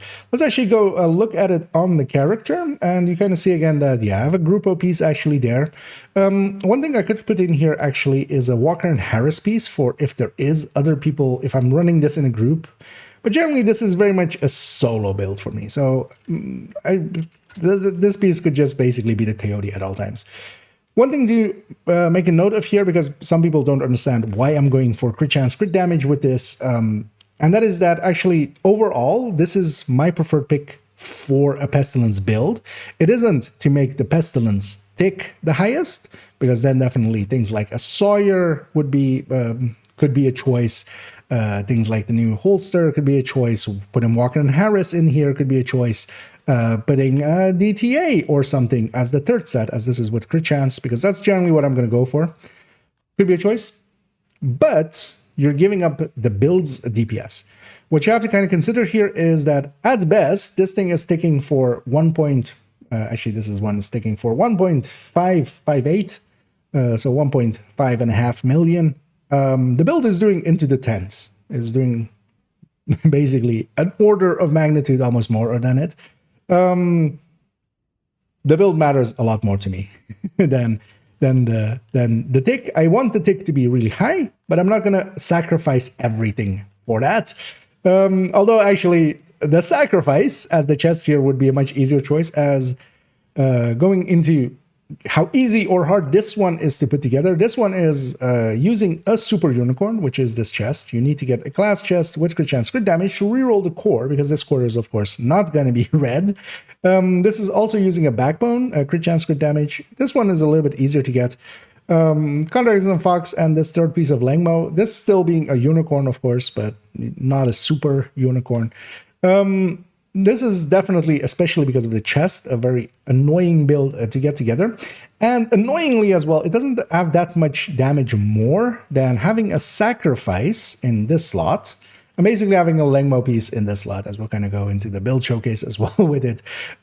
This is definitely a little better, but it's just a little.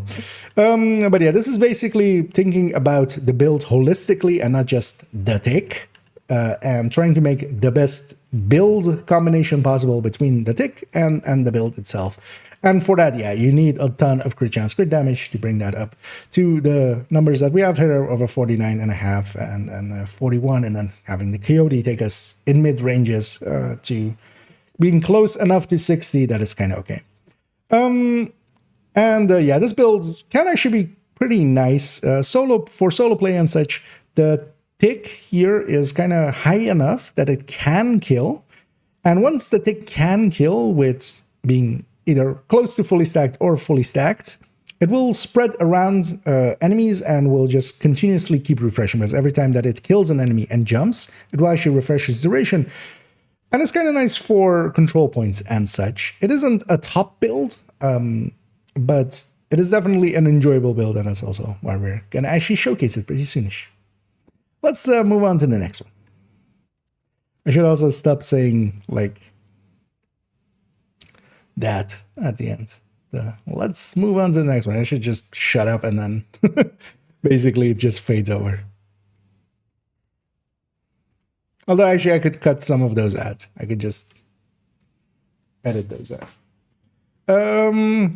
Yeah, so to 4.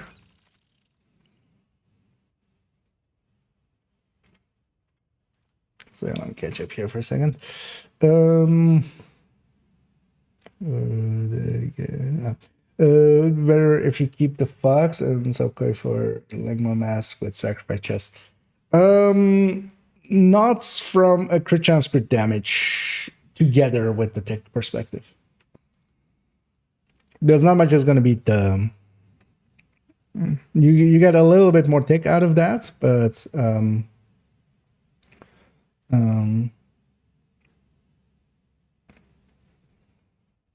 the as a build as a whole, yeah, would the DPS of the build itself would go there. You will lose Koi CD. You do what I said. Sorry, what?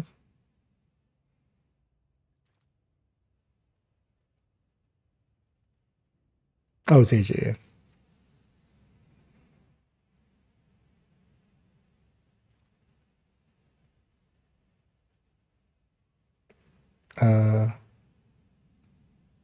Is that okay? I'm trying to like read into how you mean that, because yeah, we'll lose. Well, we're especially losing the crit chance of the Coyote, which is a big loss, which would be a big loss.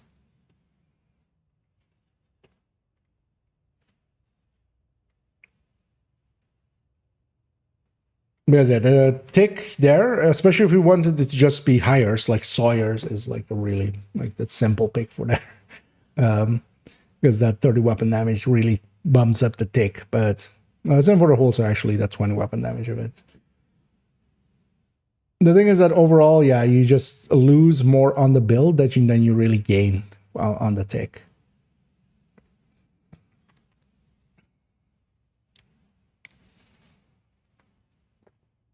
And that's the kind of the thing to watch out for.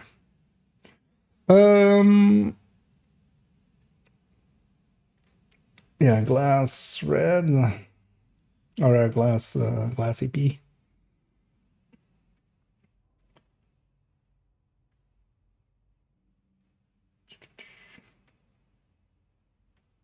Yeah.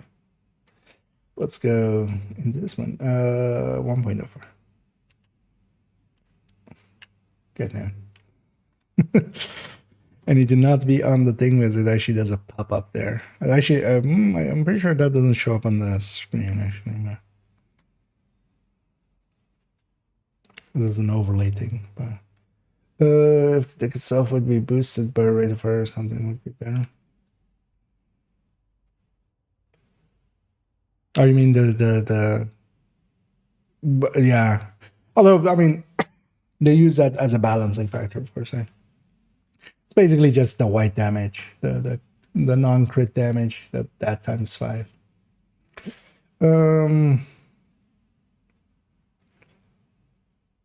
Tick damage, the speed of it. Yeah, indeed. Yeah, let's go with this one.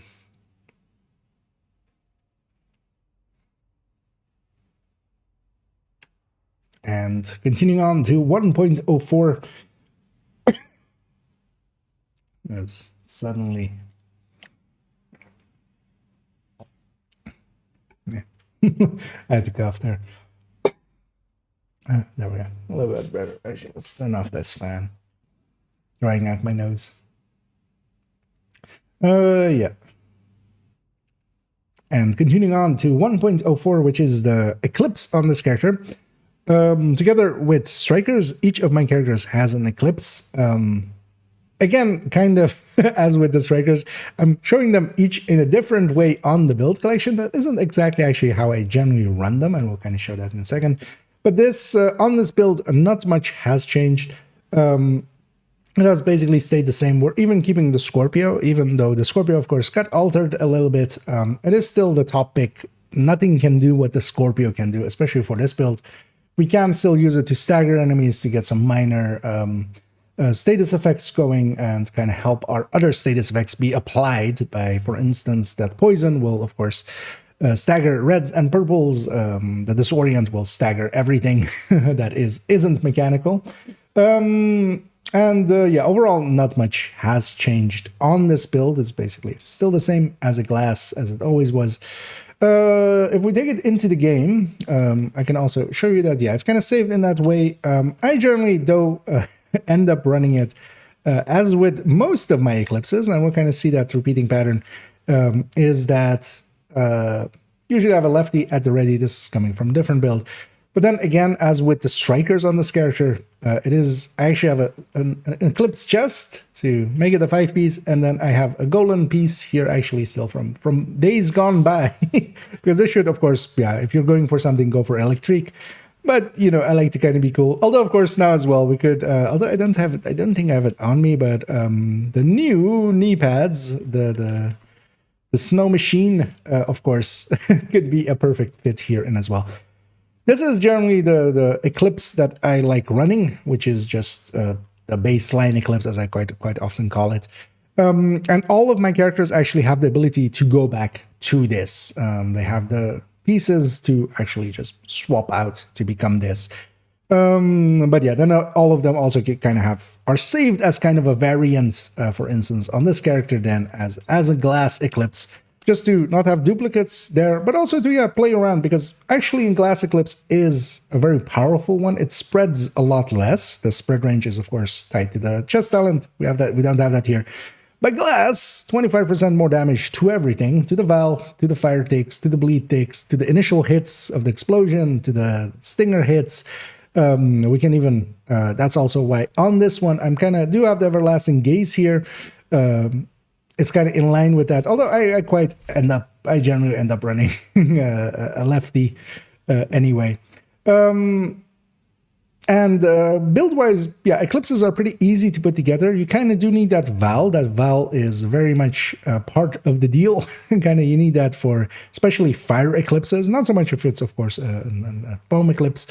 The glass chest here, actually, even though on the build collection I show it being an electric chest with glass, on the character itself I have a golden chest with glass, which is a super unicorn. I'm kind of keeping this on this character because it is a super unicorn and very hard to get, and I spend a lot of time to try and getting it, so I will keep it. But then, yeah, actually on the build collection we show it as an electric piece, and just go for the electric piece. Don't Don't try to be fancy unless you really want to be.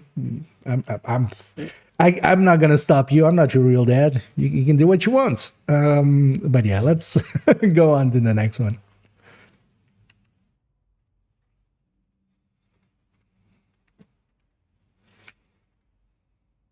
$340. Okay, we're doing good. We kind of need to be in that rhythm for most of them, and then it's gonna be fine. 5.0 or 0.5 or 1.05. I only needed 3 tries. Let me catch up here. For the Val, you shouldn't. The explosive damage is less, is overall less to the build than, because keep in mind that the China, if you're putting China in here or doing demo, that's only for the Val. The Val is like the lesser tick here. The fire is like the main thing. The electric will apply both to the fire and to the Val, because keep in mind that the Val also scales off of status effect. It doesn't just scale off of the so you're already getting a little bit, although a lot less, because the China coming in would be basically a 15%, basically a fresh multiplier, a new multiplier coming in. The status effect is going to be additive to everything else. So like the status effect you're adding, if you're adding in the 10 status effect, the 10 status effect from here, this is going to be like a 4 or something. But yeah, you shouldn't, like neither China nor demo really have a place in, not unless you're doing it for like being on normal or something. Like being on normal, it's kind of like, then you're using just the Val to kill everything, but then also like, that's not. Favorite one for Eric. Yeah, I would recommend against that. The thing itself would be, yeah. And thanks so much there, Runner Dev, for the sub there.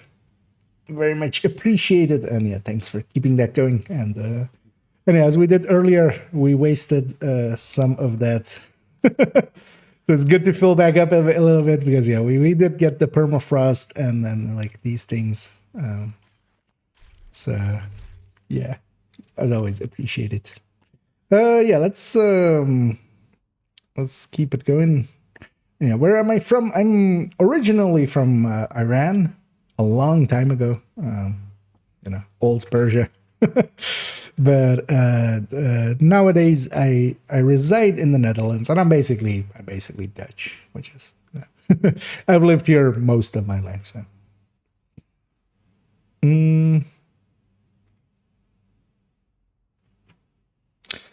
So 1.05.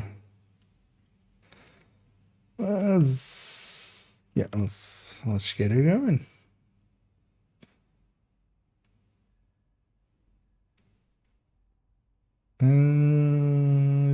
Yeah. And the 1.05. The explosive build, there are multiple versions, actually I should say, of most builds that we've seen so far. There are multiple versions on the build collection. This is the explosive one that is harder hitting but harder to get, because we kind of need a unicorn, not per se a super unicorn. A sacrifice has a fixed talent, so we do need to get that to get this version, but then there is also in the build collection a 3-piece Empress version, which is much easier to put together. Both of them will use 2 pieces of Grupo, of course, which are just unicorns, but still hard to get. This one as well uses a different unicorn, which is as well the Contractors. And yeah, this build overall can hit very hard. It is especially, of course, based around the mortar. Basically, when we're kind of talking explosive skills, we're either going with the Seeker spam, or we're kind of going this way, which is the mortar way. And the mortar way, I would definitely say, is generally more effective until recently, when Hardwired got a really big buff, of course. Overall, on this build, nothing really changed. We do get more out of the Grupo 2-piece. The Wyvern, of course, is actually less skill damage, but the Grupo 2-piece is now 20 explosive damage. That actually did mean that overall the numbers went up a tiny bit, and It is just a tiny bit. If we kind of take this into the game, going to see again that, yeah, this one's kind of saved. We saw it there with the capacitor. I was definitely generally would run the capacitor. I do run this with the in-sync shotgun. The reason for that is just that I can poke out, tap once, and just get in-sync going, which is kind of, you know, in line with trying to throw a hive around and mortar stuff.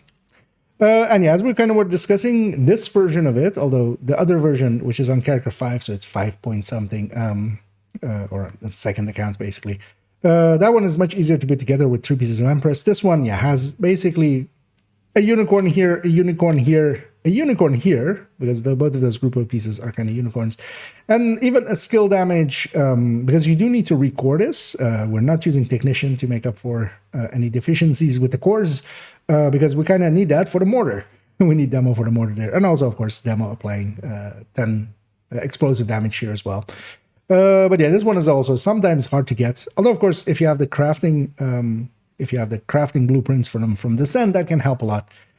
And overall, this is a decently annoying build to get together. This one, the other one with just the 2 pieces of Grupo and a 3-piece Empress is much easier to get together. So if you're looking for starting out with an explosive build, that might be a go-to. Or the Seeker, which is on character 2, which we'll get to in the future.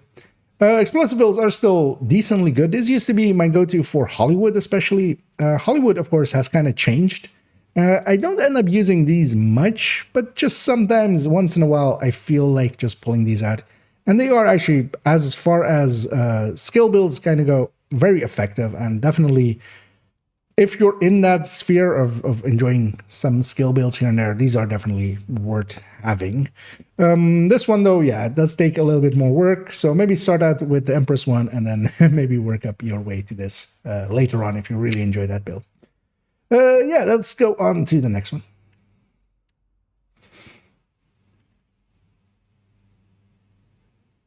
$333.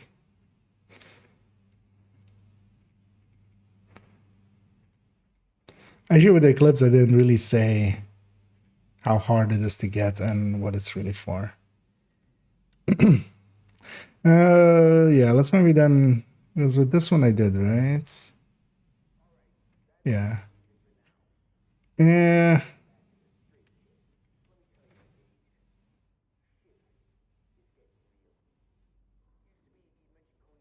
It's fine. Phil, if you're watching my channel, you know what an eclipse is for. You better know. Do you have an optimal build for Virtuoso? I actually love the season incorporating Satyrion with the chest. Worth it by any chance? I'm gonna guess it kind of thought there was a link there or something, but I'm guessing it's about the Virtuoso. So I did actually put in a Virtuoso. We're actually gonna hit it in a few, which is this one. Optimal though, yeah, definitely the holster is gonna be all right. I'm not showing it. That wasn't this. There's 1.10 on the build collection. I went in the end with glass and vigilance here. The chest definitely could be a pick, and then to get the Centurion in. But especially if you're kind of just misusing the Centurion or like abusing the Centurion with like putting both of the bonuses on one weapon with swapping to the pistol. But actually this way, like it's not too bad, but it's really getting carried by the glass vigilance kind of here. One thing I didn't like about not having the chest, although especially with the holster, I could see not having the chest just to, or like having the chest, not like the chest talents being just the Virtuoso. Is that you lose even more killing power at the start, and getting that initial kill kind of becomes harder because you do need to kill, of course, to kind of trigger it. But I've been messing around a little bit with this, especially yesterday. But yeah, overall, it's definitely usable, definitely, and it feels better than, for instance, let's say like Tip of the Spear or something like that. Like really, the D tier builds. It definitely feels better than that, but it still kind of feels too much of a hassle versus, especially like even Umbra or OD or even that kind of stuff. And then we're leaving out like Striker, right? It just Striker go brrt. It's like that meme of just like, yeah, and then I shoot somebody far, and then I shoot somebody close, and then I have to shoot somebody far, and then just next to it is just Striker go brrt. Yeah, let's go to Uxie.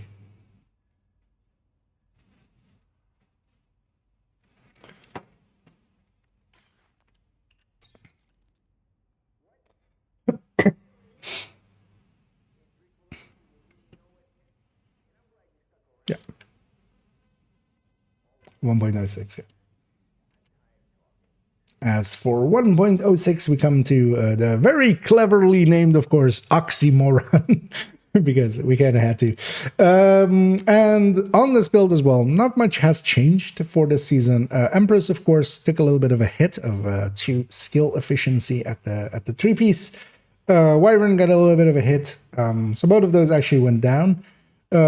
Overall, the weapon or the damage went down, although actually I went up in grading, so my damage actually went up versus the previous version of this, but that was just only due to the grading being higher now. Yeah, this is still very usable. It is, of course, situationally the thing that we kind of go for dealing with certain things. So, for instance, as we actually, let's go into the game first, as we're going to have on the side there as well, just to point that out, is that using something like Glory Days, all of these talents, the talents bonuses will actually apply to held chem.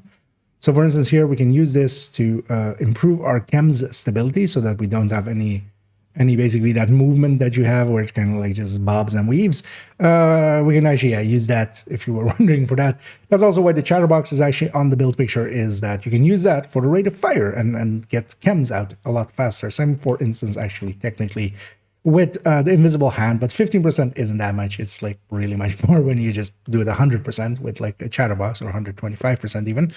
And yeah, this build for putting together isn't per se that hard. You still need actually one kind of these unicorns, which is either a contractor's or a fox's prayer. With you get to keep 1 red cord because we have technician, but one of them needs to be record and have skill damage basically. They aren't incredibly rare. You can definitely farm for them. For the rest of it, it's actually pretty easy pieces with some Empress and some Wyvern. This backpack talent, of course, I would definitely make sure that you can free talent this backpack talent, because you swap quite a bit between tech support and combined arms. That is my 2 picks for it quite often. And here as well, of course, we're going with a shotgun for that damage to armor and detox, both applying to the Oxy, being one of the few skills that actually benefits from that. And this is very much a tool for certain situations. So there is, for instance, doing the Summit Floor 100 Hunters. There is things you can do with 3 of these and a foamer, somebody foaming, keeping them in place, 3 people spamming out Oxys and just melting them. Same, for instance, in some capital or the capital farm that we're going to have, on which I might do actually a video because it's not that well known. But yeah, situationally, this can do things that no other build can, which is basically what we have on that build picture as well, in the corner of just going, actually just hitting everything and dealing damage to everything, which can outdo basically any other build in certain situations. And for those situations, you sometimes need a build like this. I wouldn't say this is like a build that you must have, but especially as you get deeper into the game, you might want to have one of these laying around for certain situations. Yeah, let's move on to the next.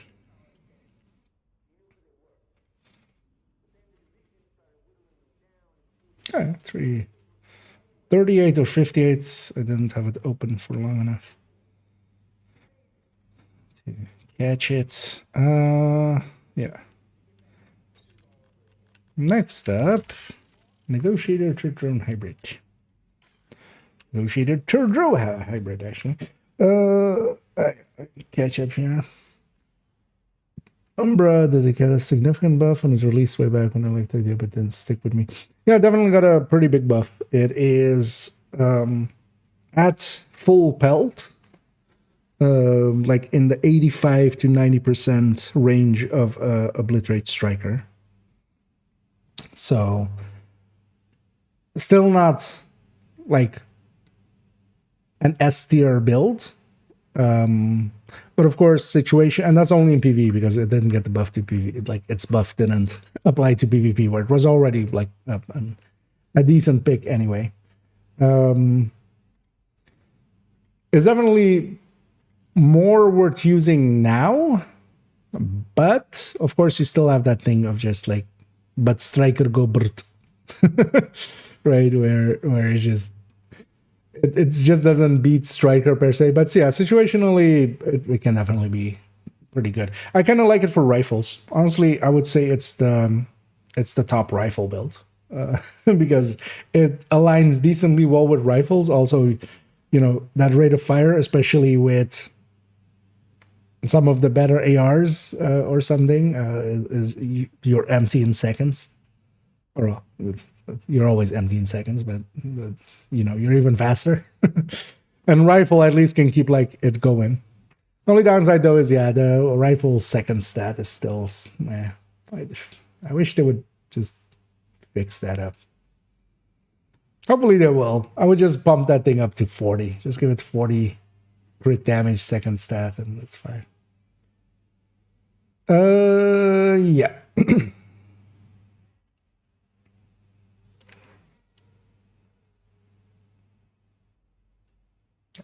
1.07. I need to remember each time to actually look at the number because we're calling out the number. Is the background actually here? Oh, it is actually. I was like, why is there a white there? But that's because the background and the actual picture was shifted. At 1.07. 1.07, the Negotiator Turbo Hybrid, as I kind of call, basically capacitor-based, somewhat weapon damage-based turret drone hybrids. I call them Turdros, just kind of as my collection name for them. This build as a setup, not much has changed for it. We're getting a bigger. We got an increase basically to the backpack. That's also why on this Negotiator, because we do have other Turbo hybrids, specifically high-end and strikers, where I do actually take the Memento as the main build picture, which we have here as like an option, and we can have like then an Negotiator mask, and then basically swapping these two slots around to have a Memento here and a piece of Negotiator there. On this one, though, especially with the increase to the backpack, I do feel this has some purpose in this way. We are, of course, our skills are, without the Memento especially, they're pretty weak, but they can still kill reds and purples quite consistently. They can also be basically harassers for us. Overall, this build got a tiny buff, basically.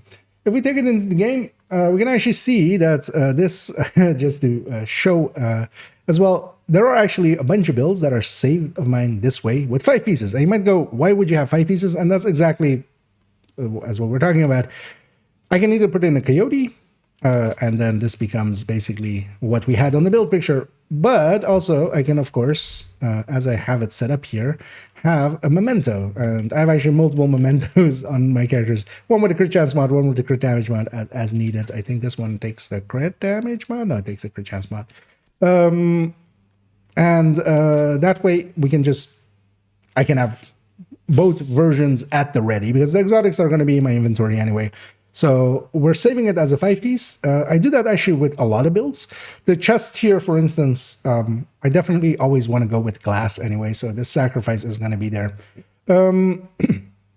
And yeah, this build is kind of annoying to get together as you have to recore several pieces. with Negotiator. So that means that, yeah, you do have to spend a little bit here on optimizations. But it isn't too horrible as well. If you don't want, if you use the Coyote version, you do need a sacrifice that you need to recore. If you actually use the Memento version, this yellow core could of course be on the mask. But then if you're really doing it in the same way as I'm kind of doing there with the 5 pieces, yeah, you kind of need that mask there because of course the Coyote would not be able to have the yellow core, a Memento can. So actually the Memento version is much easier as well to put together. So that's maybe something to consider. And I kind of like third drone hybrids, especially for instance, solo play and stuff. Especially in the past, they could compete with Glass Reds. They don't really compete against the newer Heartbreakers, Strikers, Umbras, and such of the world. But against Glass Reds, they could definitely compete in the past. And even solo, for instance, having the firepower, because I was always pretty consistently running Glass, so I'm going to use the Glass from in the past. But I found these actually to be overall an improvement, especially for solo play, because I still have enough firepower to murder, and then I have basically 2 very strong decoys. These things will pull things off of me pretty consistently, and that's kind of also the reason why I kind of like this build. You kind of have the turret and drone being harassers in the front, and you get to focus on doing negotiator things, and you negotiate your way to victory, hopefully. And yeah, this setup was, of course, very much, all of these builds kind of became actually usable when the capacitor really came in, because before this we would use the InSync. InSync will definitely lose to capacitor in this setup, where we have 6 yellow cores as well. And yeah, overall, these aren't per se builds that I would recommend outright. There's pretty low on the recommended build list, but definitely if you're into using turret and drone, because keep in mind that actually a lot of people go like, you know, turret and drone, they're kind of boring and stuff. Honestly, I find when you're doing it like this, especially when you're hybridizing them. Now I'm doing all of the things of a red build with the gun, and then I'm also keeping track of a turret and drone. And actually that's kind of enjoyable. That gives you, it makes it a lot more intense actually as you're going through. Definitely a recommendation to the kind of person that is into, you know, making things a little bit more complex for themselves, and also, yeah, it's kind of just having buddies around. Yeah, let's go on to the next. I went a little long there, right? Yeah, it's 5. That's fine though. 1 or 2 with a little bit extra length isn't too bad, especially one like this, which has like a lot of caveats.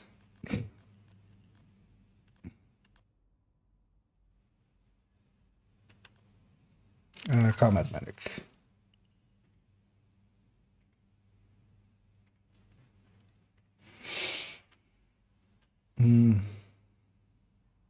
Did I actually take...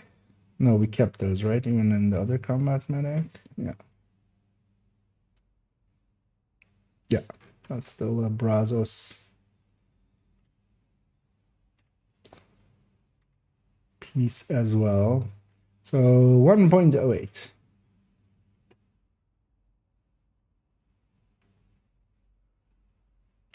As next up is a 1.08, the Combat Medic, a much loved build overall. As I quite often actually hear people that they have tried versions of the Combat Medic, although usually nowadays more the Striker versions out, and that they quite enjoy them. This is the genesis of those, which is a high-end version. This one still as well has some benefits over the Striker one, especially in the amount that it heals, but not so much in actually its its actual usability. I would definitely recommend the Striker ones over this one, which I do as well in the recommended build list. Overall, for this build, not much to change. There was some choice making to be done with Picaros, as of course Picaros did get a little bit of a nerf, but it turns out that actually in places where you're using 2 pieces Brazos and then one of the pieces being Picaros, the Picaros still kind of just works out to be overall one of the better picks. That 10 weapon damage is still worthwhile. You could, of course, go, or we could try to go with, for instance, just 2 pieces of Brazos, but that actually loses out to the Picaros overall. So in a lot of builds, especially if the capacitor is involved or if they are around going for 6 skill tiers, which this, for instance, is of course going for six skill tiers on the skills. Turns out that, yeah, the Picaros plus a second piece Brazo still wins, although not by as much as it used to. So, yeah, you could definitely go, for instance, in this case, for 2-piece Providence or such, to boost up, for instance, crit chance even more. Yeah, these builds are kind of somewhat harder to put together, as we'll take it into the game. As we're recording a bunch of red stuff, and while the Picaros isn't too hard to get, recording a Brazos, which comes with the blue core, this is definitely a unicorn, and we kind of see that as well in the optimizations that it kind of needs. Same as well, we're recording, at least here, for instance, a Grupo piece, although it's not as bad anymore as it used to be. One thing I do like as well about keeping the Brazos pieces, even though if we actually put, like, for instance, headshot to 0, going 2 pieces Providence actually does win here. Keeping the Brazos pieces, we get to keep normal chests and backpack, basically, because I'm just reusing a Cheska chest that is from a different builds, or used in different builds. Here, a Fenris backpack, though, that I'm not per se using, but this could be the Grupo here and a Fenris there.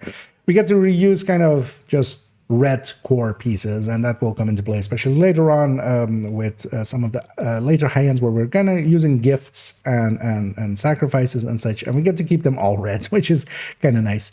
And then, yeah, these are, of course, all aligned around the capacitor as well, kind of like the Turtron hybrids. Of note, actually, so I have the M16 here, or the Mark 16 here, as my secondary. The Mark 16 is definitely no longer a weapon worth using, but this one has sentimental value to me, just to say that as well. This was the very first weapon that I ever got that was a fully god roll with Detox that we could free talent, and this is pre-optimization days, so this was actually pretty rare, and this weapon has stuck with me for quite a while, so we're kind of keeping it around, especially on this character where it got used the most. Overall, combat medics are kind of really nice for seasons where no regen is on, which is, for instance, this season. You can run these, although I would say maybe more the Striker than this one, which has a lot more firepower than this, a lot less healing, but you don't need this amount of healing as well. And what it has is that, yeah, you can kind of use it to negate no regen, because, of course, out of combat regen goes away, nor does, like, Memento or such give you regen, or regen stats give you regen. So you can use this to top people up on their health and armor, or, well, their armor specifically. And that's still enough firepower that you're not completely going the route of, like, for instance, putting an FI in the team, which can heal way a lot, but actually a little bit too much, and then you're kind of not having this damage. This basically does healing and damage, where, for instance, yeah, an FI does healing and a buff.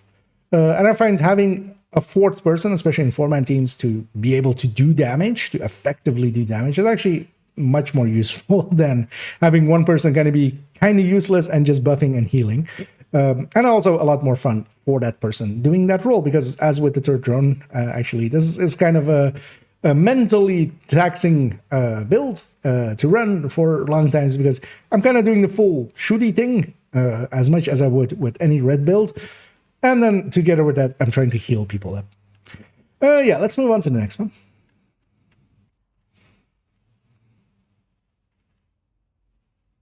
$4.59. Yeah, these two builds kind of do require a little bit more time.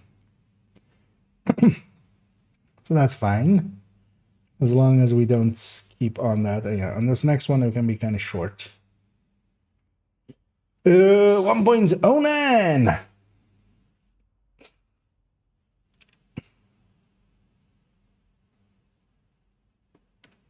As next up is 1.09. This is FI set up with hazard, or basically specifically disrupt protection in mind. We're not fully disrupt protected, as we are actually. Shit. What is that? What kind of idiot am I? Wait, we're doing a thing quickly. How did this even make it to this without hazard protection stats? I guess I just kind of took the template of of an FI and stuff.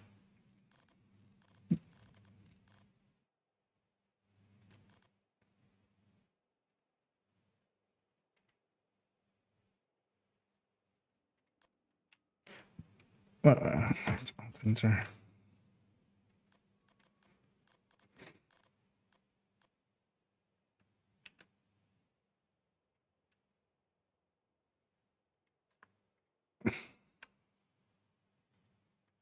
Like that kind of needs to be here. Wait, maybe we did like this actually. The hazard protection, and then disrupt protection.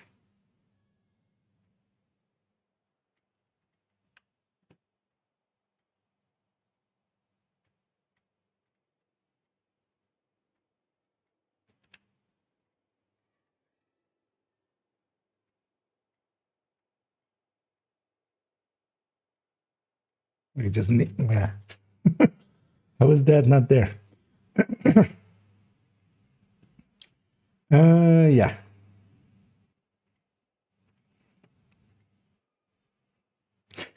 As yeah, we took a mulligan there as yeah, kind of need to have the hazard protection numbers there because otherwise this build makes no sense.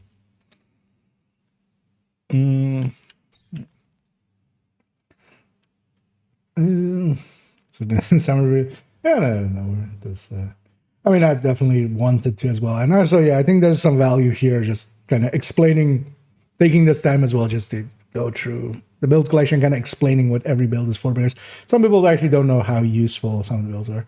Also, yeah, kind of explaining how hard it is to get together, because generally that's not like something that we discuss. So yeah, might as well take this opportunity. But yeah, we're just doing character 1 on this one, because yeah, it's going to be 5 of them in total. Well, actually, it's going to be even 6 videos in total, because we're going to also do a video of kind of the history of the build collection and kind of like just trivia stuff. That one's not like that useful. Yeah. Let's go with this one. 1.09, yeah. As next up is 1.09. An FI that is a hazard protected overall 60%, and then with 3 mods in there as well with 90% disrupt resist. Of course, we're not 100% disrupt resistance. We could try to do such a thing. For instance, though, we would need either a different backpack for that, either a YAL or something, or we could go without the BTSU. But I kind of like going with the Hermano as we have it here, or the setup. And the Hermano is actually really good nowadays. And what this is, of course, is really for, as kind of bearing the lead, is Countdown, where there is a lot of disruption going around, although situationally in other places where there's also some disruption. This is kind of inspired by the hazard protected Eclipse, which is a very popular build for in Countdown. But there, of course, we can reach 100 pretty easily. Against Disrupt specifically. We don't get to have that with the FI because, of course, one of the brand or one of the gear set bonuses of Eclipse is hazard protection. We don't have that here. But 90% means that we do actually, if we get jammed, generally it's for a second or a second and a half at most, kind of. So you do get your skills back pretty quickly. I've been using this quite a bit. I've been enjoying it. And yeah, as we kind of said, FI kind of does, of course, do the healing and then the buffing together. Doesn't per se do its own damage much. If we take it in-game, what we have here is, yeah, saved kind of exactly as it is on the build picture. This is, of course, though, a pretty easy build to get together. We're keeping the yellow cores on the FI. We're going, just spitting hazard protection there. BDSU is kind of needed here. BTSU, of course, a very powerful tool, so you kind of want to have it. Hermano, as we have it here, drops a lot. Is one of those names that just drops. If you are set to Brazos, you will see dozens of them. You would need the hazard protection here, so and also, yeah, we would want to recore it. It's from blue to yellow, so here it is kind of nice it is kind of a unicorny, but it's not one that is really hard to get. What I have on this character as well is actually, I do have that setup backpack as I have it on the build picture at the ready as well. Because situationally, you would want one or the other. I actually like running opportunistic for like basically most of the countdown, and then especially extraction running the Hermano. But especially on, the hunters at the start, I would definitely pick the setup over it. And yeah, this is what this build basically is for, is exactly as we said, on countdown, to be there to heal a little bit. And it is still more than enough, because our initial burst of the chem is still more than enough to heal up a full red in one hit. Our hives is still decent enough, and especially our hive, of course, as well, getting a haste from the BDSU, so it's that will work fine enough. The chem does actually run out pretty quick if you're not watching out for that. And then we're either providing some reload speeds and skill haste to our allies, or we're applying opportunistics perfectly upon enemies, getting them some bad damage bonuses. That's also why we're going here with survivalists, both for the healing a little bit, but also for the flame grenades, for even more sledges and such. Although, of course, sledge did get a reduction, so it's a lot less powerful than it used to be, but it went from like super overpowered. It's still overpowered. It's still well worth having in your setups. And yeah, this is definitely a build. If you run a lot of countdown and you're looking for a little bit something else, yeah, definitely one to kind of consider. But I would do this definitely after having, for instance, an hazard protected Eclipse, which is overall, I would say, a little bit more useful than this. Anyway, we're just gonna cut it there. 408.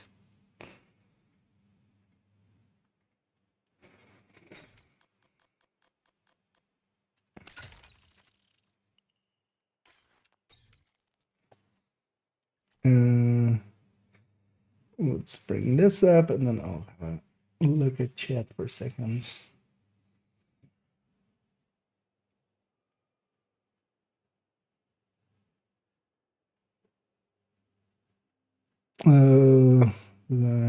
Actually, I missed it.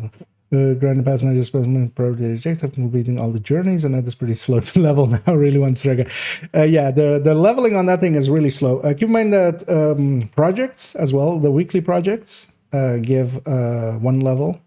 So do, like, if you're, yeah.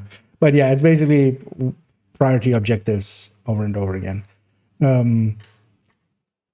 Yeah, I feel like the best bang for the buck is kind of seems to be especially activity, because you get like 300 for pretty quick things overall. But yeah, you need to be willing to do countdown and descent and stuff like that. But also missions. Missions overall, you get pretty quick missions. You can kind of, from the amount that of XP that gives, guess how long the mission is going to be. But yeah, it's really slow. I've on second account, I explicitly waited for them to kind of fix it, like jumping to 100 as it was doing. And yeah, I'm kind of struggling there as well. I'm kind of now just past 70, but yeah, it takes a while. It's they definitely need to look at that and kind of make it go faster. Then put together a unicorns to look out for a list for the builds on the plan these, yeah. And this will kind of help with that, actually, because yeah, I'm kind of, one of the things I'm doing here specifically is, yeah, just changes, and then kind of if there's anything special about how it's saved and stuff, and then I'm going, how hard is it to get, and then also like including super unicorns and stuff in that discussion, and then like what it's for. Is kind of my idea for this. I just want to, okay, these are redownloadable chest. Oh yeah. Although that list is a lot shorter, because it's basically a chest, a group of backpack, generally like that in that combination. For Hunter's Fury, it's the inverse, although actually not anymore even, because it kind of depends on the weapons, but yeah, basically all my characters have a chest at the very least. Coyote, a group of mask as well. Coyote, Grouper Mask, usually contractors and a fox, depending on what kind of builds you go for.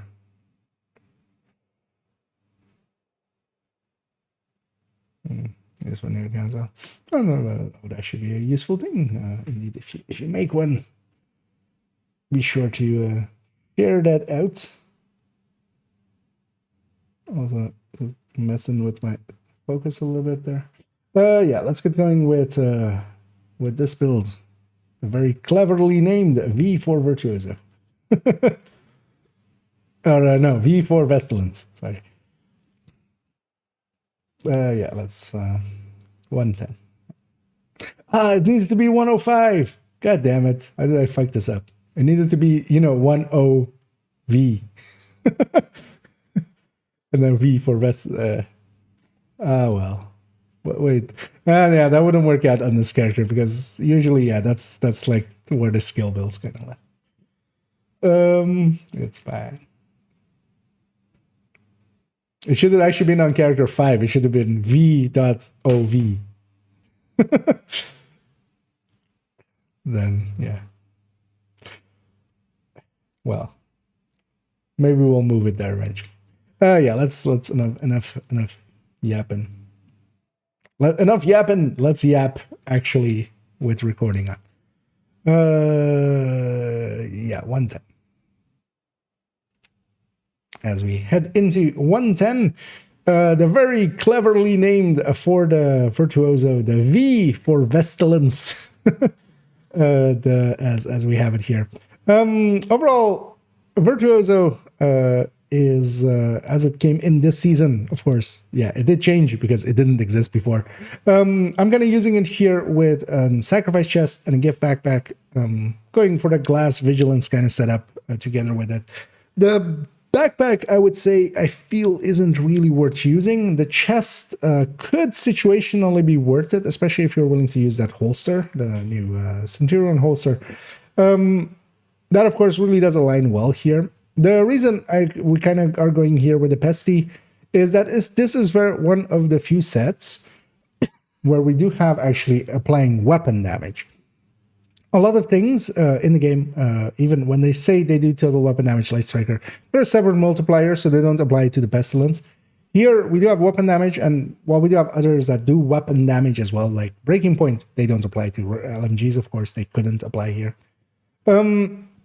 And overall, I've been, kind of enjoying this thing for just running around and coughing my brains out. That's what I caught the plague of the outcast there. But anyway, we're gonna retry that.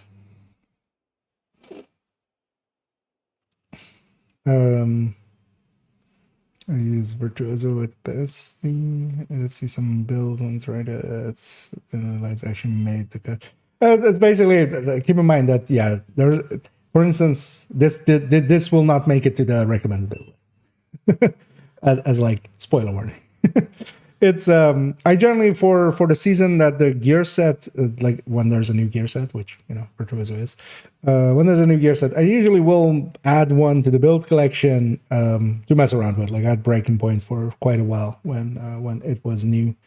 Here is the same. It's kind of in there because I want to mess around with it. And yeah, Pestilence, as I was kind of saying there on the spiel, was like kind of fits with it. But yeah, this is definitely like not gonna make the recommended build list. Like it's okay at best. But it is actually, I do, yeah, as I'm gonna say in a second as well, I kind of enjoy it for using it to try to do the thing that it does, to try to do that thing continuously and just kind of adapt to mechanics kind of thing. Yeah, let's try that again. 110 was it that? As we arrive at 110, the very cleverly named V for Vestalence, Virtuoso for the Pestilence. As with all seasons, I usually do add in to the build collection of that season the gear set. I do like running the thing, at least understanding it. That's usually how at least I feel you should go about it. Just not just go off the numbers and run it. Numbers wise, Virtuoso does not make that much sense. But I do kind of enjoy it for trying to do the thing that it can do, which is to like kill short, kill long, kill short, kill long, and then get a big buff. Trying to get that going and such is actually, yeah, I kind of enjoy playing towards that playstyle. But then, yeah, this isn't a build that, yeah, for instance, would make it to the recommended build list. Here I've gone with Sacrifice plus Gift. The chest is definitely usable kind of on the Virtuoso to kind of do almost a build showcase of it. And we could use the chest, especially to get in the Centurion holster. I don't have this holster in the build collection at all until we kind of really know what the final form of it will be, because of course currently you can apply both bonuses onto one weapon, which definitely doesn't seem intended, and also it reloads your weapon when swapping, which also doesn't seem intended. But Virtuoso here for Pestilence kind of makes sense. We have weapon damage coming off of the gear sets. It's one of the very few gear sets where we can get weapon damage and then also apply it to the Pestilence, because for instance, yeah, Breaking Point has weapon damage and stuff. But that wouldn't apply to the Pestilence because it's not a rifle. Of course, Strikers famously says that it is total weapon damage, which would apply to the Pestilence, but it isn't. It's a separate multiplier. This is one of the few gear sets where we do have actually weapon damage coming off of this, and that does apply to the Pestilence. And we can kind of see that in the tick as well, as I kind of lean out of the way. This has a tick of 1.45 with everything triggered. That's the thing with it. It can make for a cool, clickbaity big number compared to, for instance, the Lengmo build as we had it before with the same 25 grading on the Pestilence. That does 1.55. This does 1.45. Decently close, you would say, right? We're getting there. That one does it pretty consistently. This one requires you, as we were kind of saying, a close range kill, a far range kill, or the other way around, and then also another time. And that is kind of a little bit of a hassle. Definitely, I feel the Pestilence is kind of the fit for it. If we take it into game, we actually have that exact layout here. I don't have the Lexington as a secondary here, but I would definitely pair it with an AR. The Lexington would be the choice, but of course it gets grabbed out of the stash if and when I need it. Yeah, this build is of course very easy-ish to put together. It kind of depends on, the gift would of course be a DZ item. That's kind of harder to get, but you could go just Cheska, Grupo.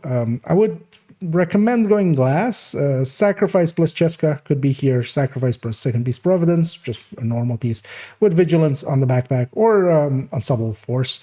We don't really have a good way of going for 3-piece Slangmo, unless going Ninja Bike, but yeah, that just doesn't work out. Giving up this backpack talent is too big of a loss, especially for going for Pestilence anyway. Overall, this is an okay-ish build, easy enough to get together. And only really worth it if you're wanting to do the thing of it, which is, getting that long range kill, short range kill, or, well, past 25, under 25, which isn't per se short range. This is basically mid range as well.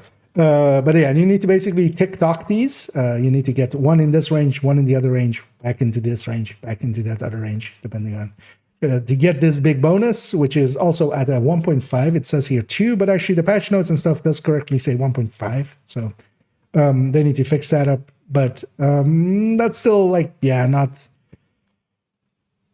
Striker goes Birth. This doesn't. The Striker does more damage than this with less hassle. But situationally, I like having these kind of builds, also just to understand them and then just also to run them and just feel kind of how it feels and mess around with them.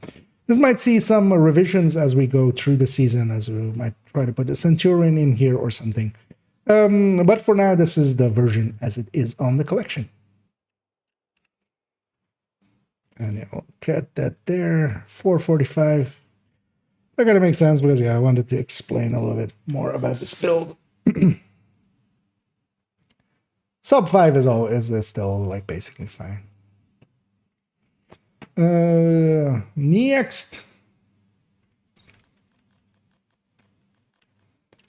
111.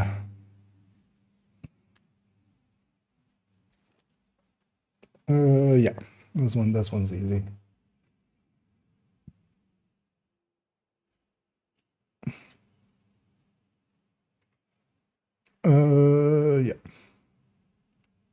And on to 111, which here is Headhunter's Fury, as we're taking Hunter's Fury, 4 pieces of it, slapping together with a Regulus here specifically. Regulus, really good with the setup. This is very much, of course, one of the meta builds of the game.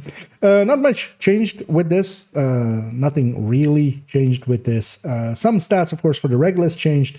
Regulus is feeling a lot more sluggish with its reload, being a lot higher than it used to be. But honestly, it was also a deserved change, I feel. Build-wise, though, nothing here changed. I've even basically kept the double shotgun setup here. Although, of course, an 1886 is definitely a pick for this. I should actually maybe add that as an optional item. If you don't have the Regulus, yeah, we have the Harvest, we have the Police Harvest Preferred, and then otherwise a Police 686, or as well. 586 is the exact same weapon type, basically, so either or there. If we take it into game, you actually see that there is a little bit a difference here. As we had a Chain Killer plus DNH backpack. I have 2 pieces DNH here.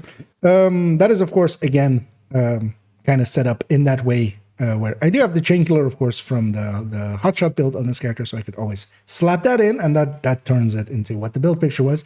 The reason it is actually saved with with 2 DNH pieces here is that I can also slap in a Memento, which was, of course, the alternate version that we kind of showed there as well in the corner, where we can go actually as well. Yeah, Dutch City plus the Hunter's Fury backpack and Memento or Memento with the DNH chest. That's also why it's saved that way, of course. I like doing that quite a bit because here as well, we do actually even have the Hunter's Fury backpack here. And of course, I have a Dutch City also add already. So I can basically go all 3 versions. And all 3 versions do have benefits, definitely, in certain situations. Having the Dutch City, if you need that like one starting shot, quite hard. The Memento version, of course, gives you a much better shield, lets you have a lot more survivability. Solo actually feels really nice. And then if we're going all out, Chain Killer plus DNH is kind of the go-to.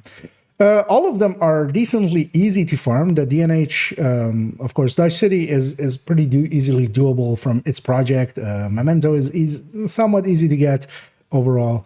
The DNH pieces, the chest is craftable, so you can go with that, although as well, not too hard to farm overall anyway. And this is a build that, especially if you are into headhunting, especially in the kind of like the core versions of it, as we'll go to this. If you can get a Regulus, although of course a Regulus isn't too hard to get nowadays, you can sign up for raid carries and such, and just get it done basically once and then have it. Although, well, you would need to do it over multiple weeks, multiple times. Iron Horse to get this. And it's well worth getting. But if you don't, yeah, you can go, as I here have on this character as well. I have a Harvest at the ready with Determined. And of course, with Determined, this kind of completely plays differently. The Regulus can do a complete wave clear. The Harvest here, we can go much more just farming. And yeah, this is definitely one of the S tier builds. I don't per se have, for instance, a pistol headhunter on every character, but I actually do have a headhunter that can go Determined basically on every character in different ways. And for instance, yeah, I do also have a high-end version, of course, on character 4, and then I have like on the other characters, they have more sniper versions. It's definitely worth having, and this, of course, as well, deals really well with Pistolero, with 5 directives for open world farming, especially activities and such. One of the great go-tos, so definitely worth putting together.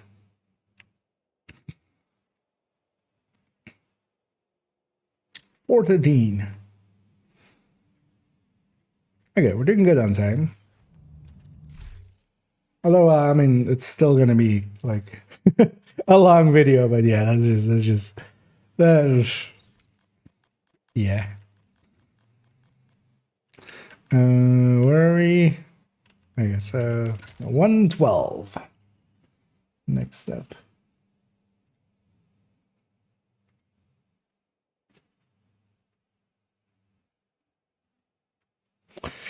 And hey there, Amazing Blur.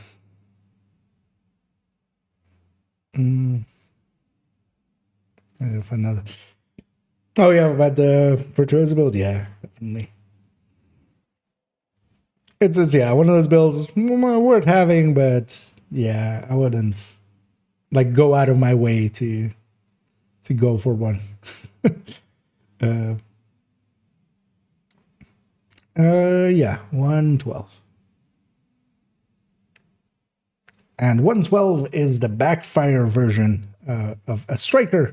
This is also kind of the one that we used for in the SMG big table compare of strikers or SMGs on striker. We also had this version in there actually because if we're gonna have the backfire, we kind of need a specific setup for it. Where we go for the bleed resistance, of course. On this one, we are 100% bleed immune, completely negating the bleed of the backfire. We're also 90% hazard protected, so that is actually kind of nice. That is kind of more like actually a benefit of this build.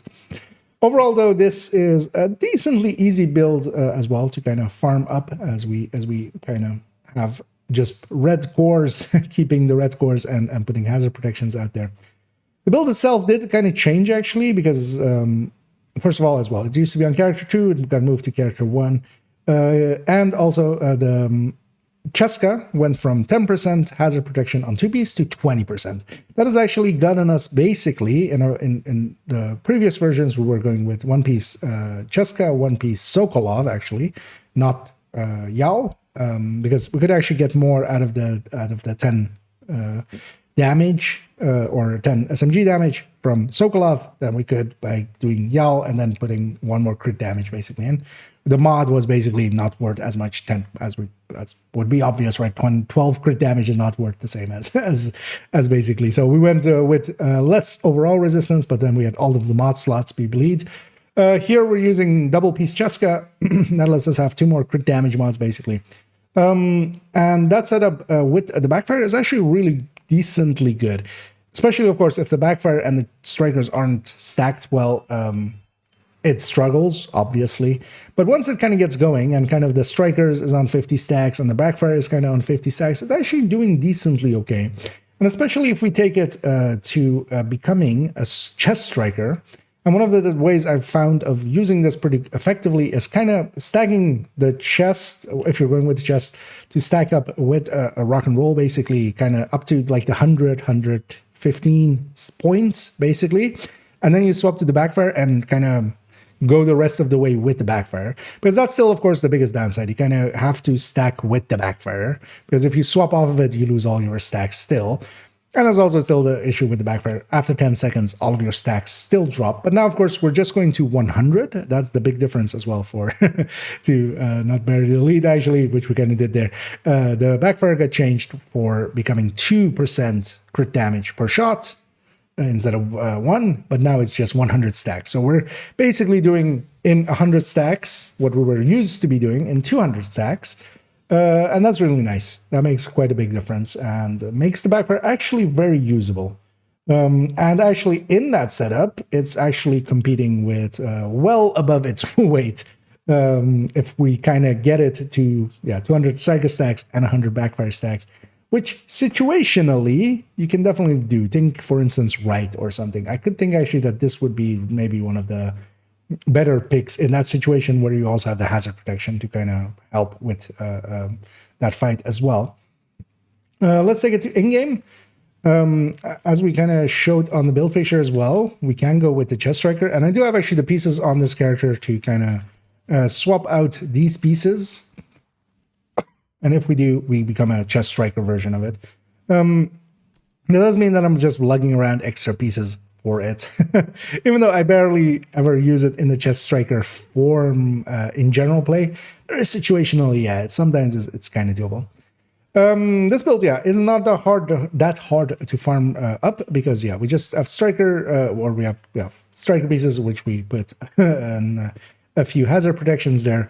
This bleed also we basically need to hit 95% bleed to negate the bleed of the backfire. It's that's the amount needed for that. That's actually even higher than that. one list kind of shows. We'll do a video on that in the future, way in the future. We need just Jessica pieces where, yeah, we can put some hazard protections on there. And especially as well, because of the way that we do need a few crit chances anyway, we can, yeah, have different ways because we have the crit chance up here and then have a crit damage mod. And yeah, this build is actually kind of usable now, especially as well, we have, you know, if you have the modifier on, close range is fire, long range is disorient, especially against the shock that used to be. We used to have a really short shock with this because we're 90% immune to it. And then as well, of course, if you are running up against True Suns or Rikers, which have bleed rounds as a special ammo, you can just have that directive on and, like, I mean, you shouldn't get shot too much. This is a full red build, but if you do, you won't at least bleed. So, and even against the fires and such, it's a very short duration on those. Overall, definitely a pick to have around nowadays. It's much more usable than it used to be. And the Obliterate version is definitely just generally usable. I've ran a bunch of countdowns and stuff else with it, and you kind of feel as if you're just running a normal striker with an SMG. So yeah, on to the next. 556. How did that go that long?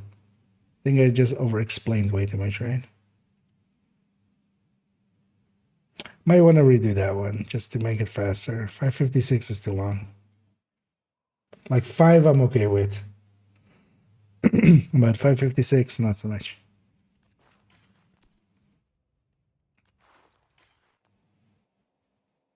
Yeah, let's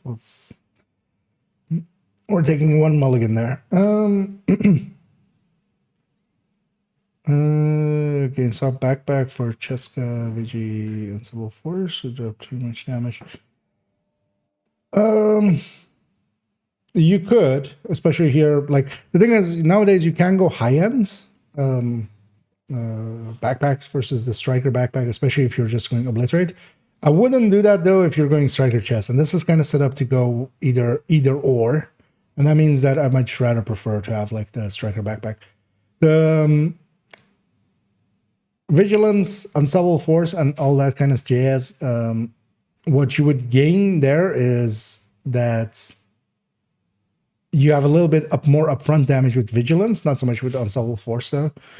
But then vigilance can fall away, and you have like on this you would likely have like barely any more damage, because also, you know, the balance would stay the same. So it's likely around like the same 2% more on the top end.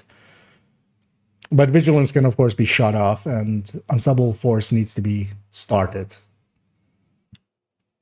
before it is, or you need, you know, 5 kills before you're at the. But nowadays, actually, at the high end, so the striker backpack versus high end. Either with vigilance or unstoppable force is kind of on par with each other. Like all three has actually the striker backpack, especially if you obliterate, is not like as required as it used to be. With the backpack though, yeah. Or with the chest, the backpack is required. Yeah. But if you're going obliterate, actually it's kind of fine. And actually you would prefer to be glass overall. So especially with glass, you gain quite a bit there. If you go, or you gain like 2% if you go like vigilance backpack, but then you have to keep vigilance up. So,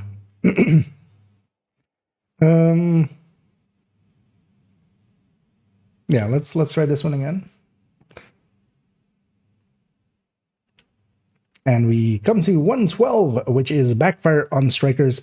We also use this one actually in the SMG compare, the big table where we had the hazard protection version. This is that build. And what this has, of course, is that we're going for hazard protection enough for the backfire. The backfire, of course, got changed with this season. We're now only going to 100 stacks, but each stack is worth 2 instead of the 1 that it was for 200 in the past. We're keeping basically 200 crit damage. That's staying the same.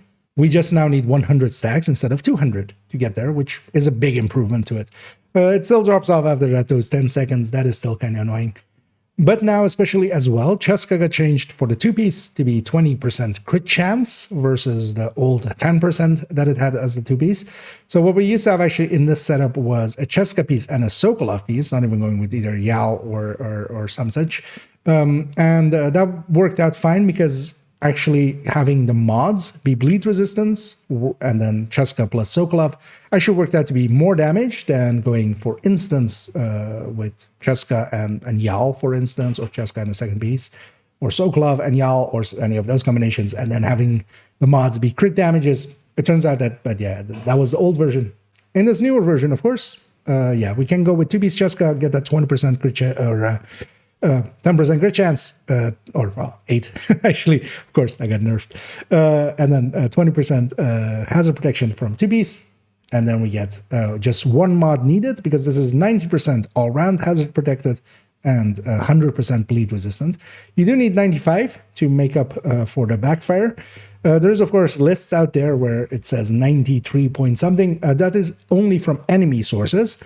This isn't an enemy source. The backfire is... well, I mean, it's a frenemy at best. And yeah, you need 95. Basically, you need to reduce the 20 seconds to 0.5 seconds, which, yeah, you need 95% resistance for that. Here we have it as well with the chest as well as an option. If we take it actually into the game, we kind of see, I kind of as well have that chest actually here together with that mask as needed. So we can swap between chest version and not. And there's definitely some value there to the chest version, especially then you would kind of stack strikers up to 100 with the ACS and then take the rest of the way with this. And actually that can work even for something like raid or incursion fights like raid or such. You can kind of get that done.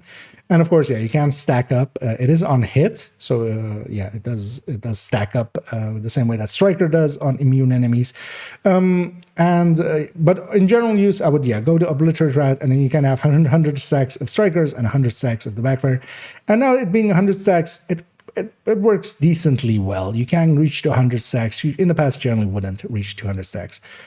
To make the build, it is pretty easy. It is Striker pieces that have been made to have hazard protection, red core. We're keeping the red cores here as well. We're with the Cheska pieces. The chest can be kind of an annoyance and might cost you a little bit if you're going with that.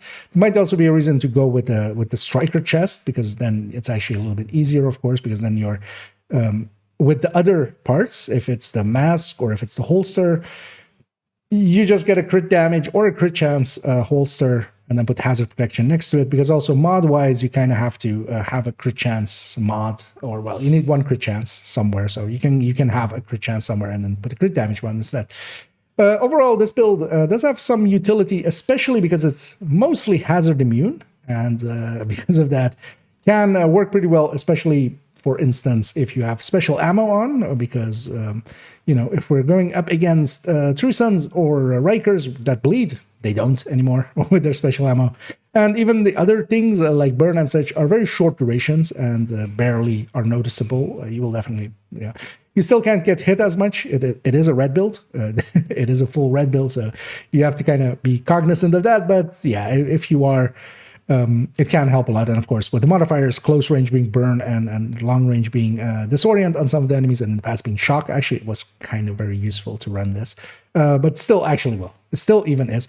And I find myself actually grabbing this here and there, even for Countdown, where, we're not getting disabled for as long, and as a Hive can actually pick us up pretty consistently. And because of that, we can be pretty aggressive with it, especially during extraction. Anyway, we're just going to cut it there and go on to the next one. That wasn't longer, right? That was 5. Okay. It was still long, but yeah, that's okay. This build has a lot to explain, turns out. Because I feel I went as fast as I could there, but still.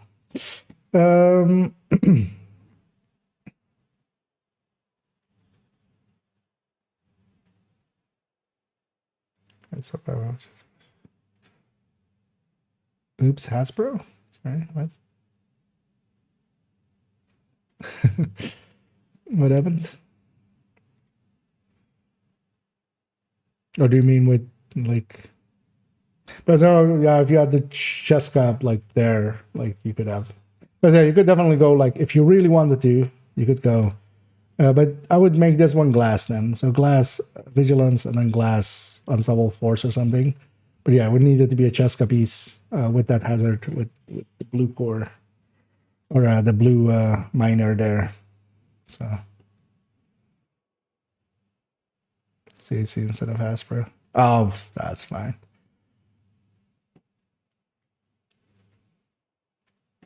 Like small mistakes. Let's actually see. And we come to 112, which is compare the big table where we had the hazard protection version. This is that build. And this, what this has, of course, is that we're going for. I shall listen to it later. If I have to, I can always. I sometimes put corrections on the screen, basically. But yeah.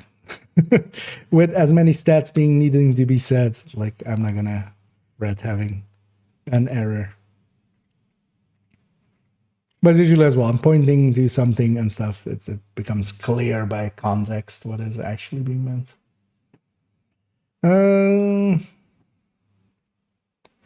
On to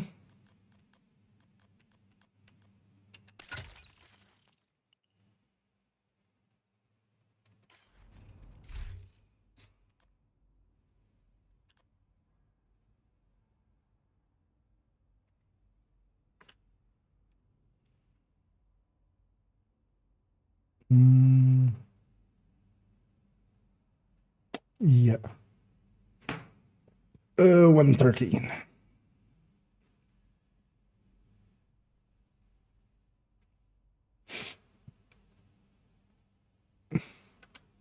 And on to 113, the first of the tech tanks. Although not one of the better of the tech tanks. This is Hunter's Fury tech tank.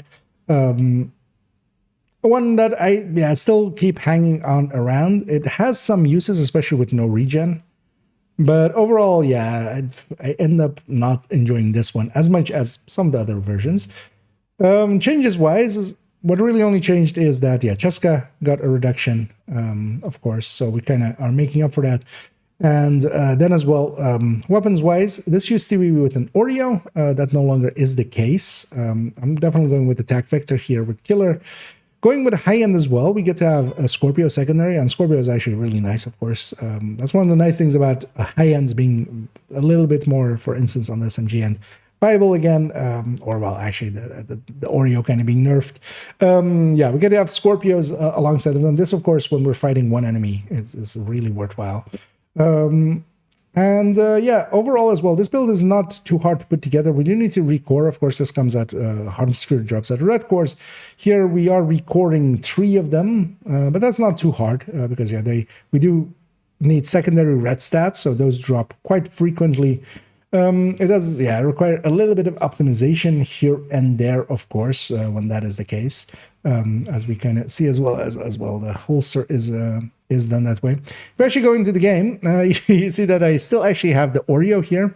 I could, of course, have gone and grabbed Attack Vector from the stash, but just as well to show, I'm still as well in the process of upgrading all of my weapons and stuff. And yeah, this character doesn't have an Attack Vector yet. Actually, they have no other SMGs except the 3 exotics, and then this AUG that also needs to be replaced. Because yeah, this AUG, we could go with a flatline weapon, but we definitely wouldn't pick an AUG for that anymore. We would pick a Vector 45. That's also likely how I'm going to save this, with a Vector 45 with flatline and an Attack Vector with Killer. And then I can slap in, and one of the 2 becomes basically the Scorpio slot. And yeah, this build, as we kind of talked about, isn't that hard to get together. The Cheska chest, you do kind of want to have the Cheska here, but then this isn't craftable. Of course, Krupa would be. This is kind of requires some farming, and then usually requires a little bit of optimization. But yeah, if you just get Obliterate and then one of the stats, that's kind of fine. But you kind of want to go for free talentable, of course. Memento isn't that hard to get. And yeah, this build, tech tanks, if you're not aware, are generally my go-to for solo play. I kind of like this very much, as well as what they are is a very strong shield that you can kind of hide behind. This is a 6-tier shield getting healed by this 3 3-tier or 2-tier Artificer here for 33%, although once the memento is fully charged, 42% every 10 seconds. So we're getting basically 2, and then this is also higher when the memento is charged up. So we're kind of getting around 200k-ish per second, 2 million-ish per 10 seconds back there. And yeah, no regen build can kind of compete with that. And then we're putting the rest of it towards damage. And they're a repeating pattern. We'll see multiple tech tanks through the build collection. This one is not one that I would per se recommend. The Heartbreaker and the Striker are definitely ones that I definitely would. This one is a little bit more situational, but actually with no regen for this season. The Armor Unkill that this has, because we don't, of course, get the regen anymore, even in combat from the memento. So this having the Armor Unkill actually makes it that we can take that directive and kind of still be fine. So it has some value there, but yeah, I definitely wouldn't like be my top pick to make as the first tech tank. But overall, still pretty workable. But also as well, actually, like just a normal Hunter's Fury would do 90% of this, and actually overall do it a little bit better. That's why I kind of feel this is kind of overkill when it comes to tech tanking it, because Hunter's Fury doesn't per se need it. Just a memento version would kind of work already. So I'm not the biggest fan of this, but yeah, it has stuck around for quite a long while in the build collection. Because yeah, it does do some things that the others don't. But yeah, I would recommend tech tank wise some of the other ones, and Hunter's Fury wise, I would just recommend just a normal Hunter's Fury and just running that with SMG.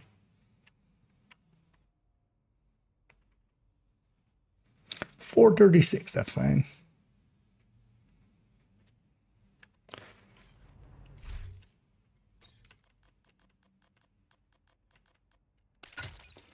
$1.14, we're getting there. 3 more to go. And then an outro, and then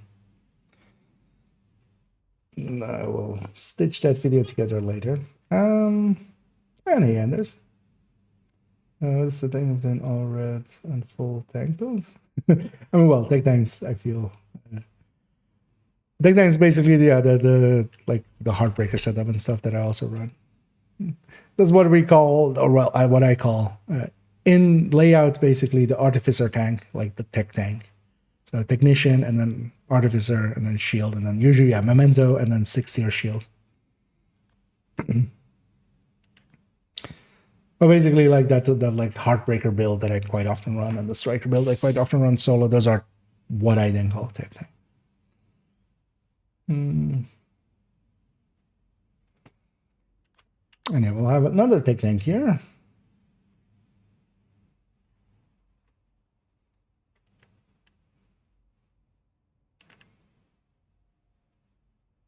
Yeah, 114.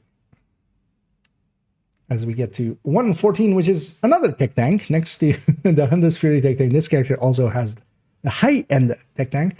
Another one that I wouldn't per se recommend outright, as I was talking earlier, the Heartbreaker and the Striker tech tank, I much prefer. This one is kind of here for nostalgia reasons. This is the origination of the tech tank, although not with Picaros. Picaros didn't exist back then. This build, change-wise, of course, yeah, we did get some changes to Grupo, to Cheska. Picaros got a little bit of reduction. It is still overall the better pick here, and that's especially because I'm going with the capacitor. If we weren't going with the capacitor, we could actually drop to just having the blue cores here, basically taking contractors, foxes, and Fenris, and then with a different, without the capacitor, would drop to, as with the other tech tanks, this one has 3 tiers. The other ones usually have 2. Because yeah, this is getting one of them from there. The shield as well here is 3 blue, 3 yellow, instead of the usual. Wait, where does that show? I got really confused there. Yeah, what? I guess I copied that from somewhere else. I got really confused there for a second because it should be 3 yellow, 3 blue. For a shield, but there was showing skill tier 6 and then like 1 yellow and then 4 blue, which yeah.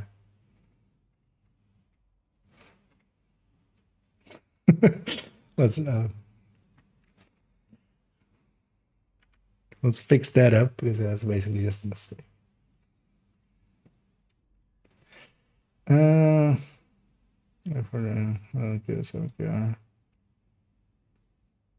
No, although well, they do have generally some blues that deck things. But we're going basically for a 6-tier shield. That is the thing. The shield tanks does the tanking mostly.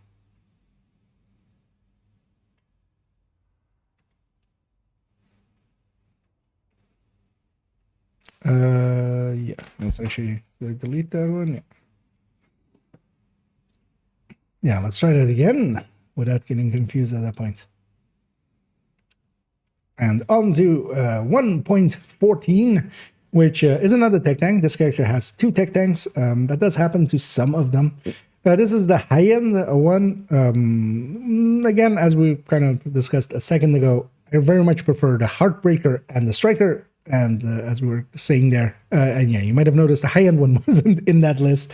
The high-end one is kind of okay. It's very much set up to be actually, instead of most of the other tech tanks, to be 3 tiers of yellow and then 3 tiers of blue. Instead of 2 and 4. And that's done by the Picaros and the 2nd piece Brazos. So it does heal a little bit more on the shield, while the shield is just as strong. Of course, the character behind it is a little bit weaker with 1 less blue core. And this was also set up to be workable very much with the capacitor. It really works well because of the capacitor and its ability to recoup some of that yellow into reds, basically. We could actually go a different route and kind of land around the same numbers, and that is just basically dropping the Picaros, because of course, change-wise, yeah, the Grupo got hit, the Cheska got hit a little bit, but Picaros definitely got hit as well, taking this 15 weapon damage that it had to 10. We could go actually here, in this case, with Grupo, Cheska, Fenris, and Contractors. So, well, Fenris here then, and then Contractors there. And with it, and then not go with the capacitor, and we would kind of land around the same numbers, basically, if we went then with another blue core to make up for the blue core that we lose. But I'm kind of keeping this with the capacitor. This one has kind of a unique trait where it heals a little bit more than the other tech tanks for the same amount of shield. So we're kind of keeping it this way. And this actually does, for the capacitor, this is definitely the way to go. The Picaros plus Brazos bonus, if you're going the 2-piece, is still workable as long as it's basically a capacitor in play. This thing is decent. It definitely kind of pales in comparison to the Heartbreaker or the tech tank, or the Heartbreaker or the Striker tech tank.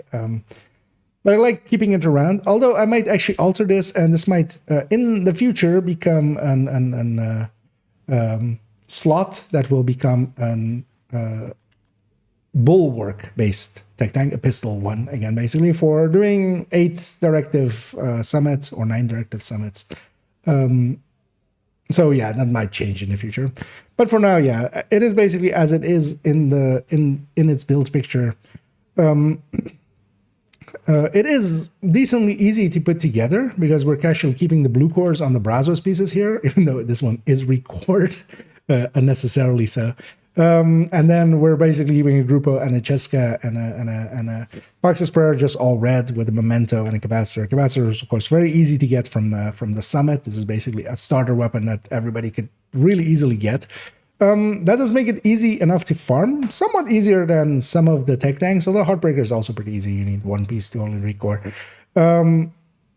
And what the strength, of course, of the tech tanks are, to say that again for this one, is that is my preferred type to run solo. So generally, this character I do a bunch of solo stuff with, because usually with the new scouts that come out or something, this is usually the character I run them on. And usually I end up running this, even though I would much prefer to have like a Striker tech tank or a Heartbreaker tech tank. This is kind of the tech tank that they have, so we just run this. But it's more than good enough for especially heroic solo content and such. And yeah, as play-wise, it's basically a claymore. It is a front towards enemy at all times. Let the shield take all the hits. You're behind there, regenning and shooting and you know, having enough damage behind it as well to kill fast-ish enough. Of course, not a full red, so it definitely gives up some damage for survivability. But I feel this is the best balance between outgoing damage and incoming survivability, basically, that we can have. as a style of build, but then yeah, specifically the Heartbreaker or the Striker one, to give that caveat in. Yeah, let's move on to the next. I kind of feel I was trashing the build there, but I just wanna temper expectations.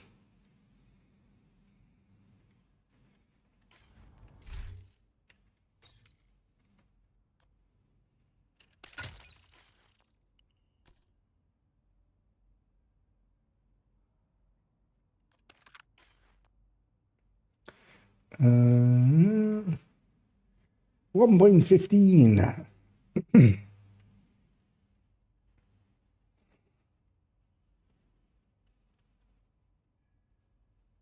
Yeah. No, 150. 115. This one is a build that has kind of survived just for kind of somewhat nostalgia's sake. I used to DZ quite a bit and such. I don't do so much anymore. This is very much a DZ build. Changes wise, not much has changed about it. We are going, this one though is, yeah, we used to have one-piece Picaros here. It turns out the one-piece Picaros, if you're not going for the Brazos, two-piece basically bonus, not per se worth it anymore unless you crit wise can kind of make it work, make sense. But yeah, here it's been replaced with a Grupo holster with armor core. Especially as well, we can now always go with high-end weapons where we can put 20 crit damage, 5 crit chance on them. In the past, of course, yeah, we wouldn't use crit damage mods, right? So here now we can land on a kind of like really nice looking 60 with this setup for the attack vector. And yeah, overall, yeah, that Scorpio secondary, even it's not that useful. I needed to put something there. Basically, we're maining this weapon very hard here. But yeah, changes wise as well, Catharsis got a little bit of a buff, and then this, of course, as well, decently okay for DZ fights. We could situationally go Coyote, of course, especially if we're taking this into conflict, where it would drop to 50, basically. We can use the Coyote, although, well, our Coyote would like to be at short range, but somebody else's Coyote might be at mid-range.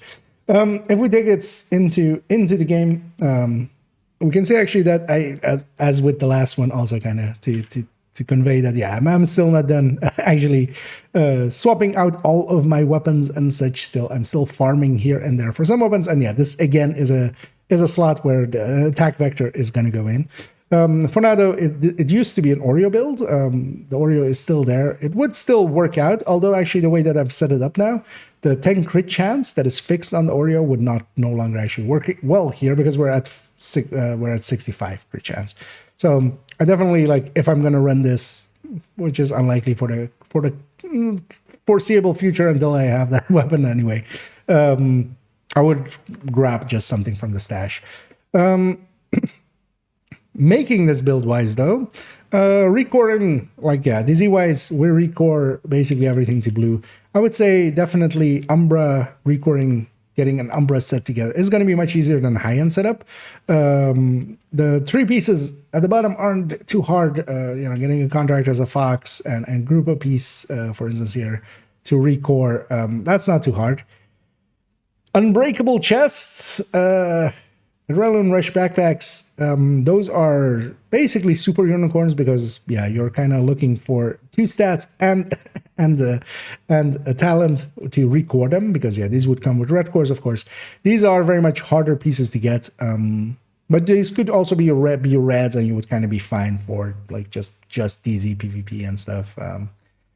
That's you don't need to be perfect because, keep in mind, I feel a lot of people overestimate how powerful people will be in the DZ. Just as many as you sometimes see random jumbled messes in Countdown, there is just as many jumbled messes in DZ.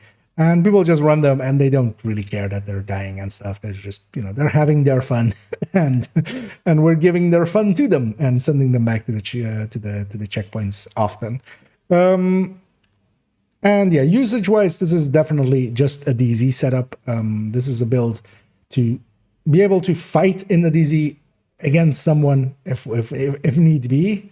Adrenaline Rush, Unbreakables are really good for in the DZ, and then yeah, together with all those blue cores. There's also the meta that I don't kind of like anymore about the DZ. Definitely shifted to becoming a lot more blue, a lot more Adrenaline Rush, a lot more Unbreakable. That's also kind of the fights that I don't enjoy as much anymore. The time to kill has gone way up in comparison to olden times. Back in my day, we used to kill a lot faster because we would run also less red cores. But that's a history lesson for a different time. This build is well worth considering for if you want to go into the DZ and such. I'm definitely not the person to per se now be current upon what the DZ is and what the fights in there are. Definitely, I think Pestilence is kind of been creeping into there. I've seen people use that and stuff. But this, as just a cookie cutter build, will definitely work in there. I would be fine going into there with this. But yeah, it's really if you're only kind of considering those kind of things. 507, a little long for what that build was, but I got rambly. But that also makes sense. It's towards the end of the video, so...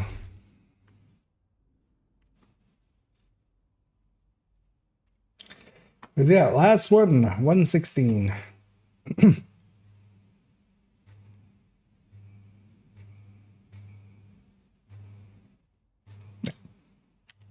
As we reach the last loadout slot of character 1.16.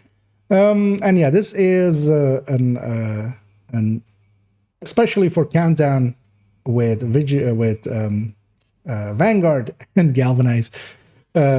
Setup with regen and PFE. This is kind of overkill on the survivability end. Yeah, I need to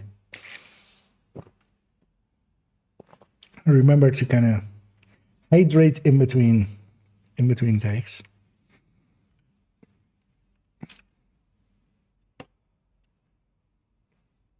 Yeah.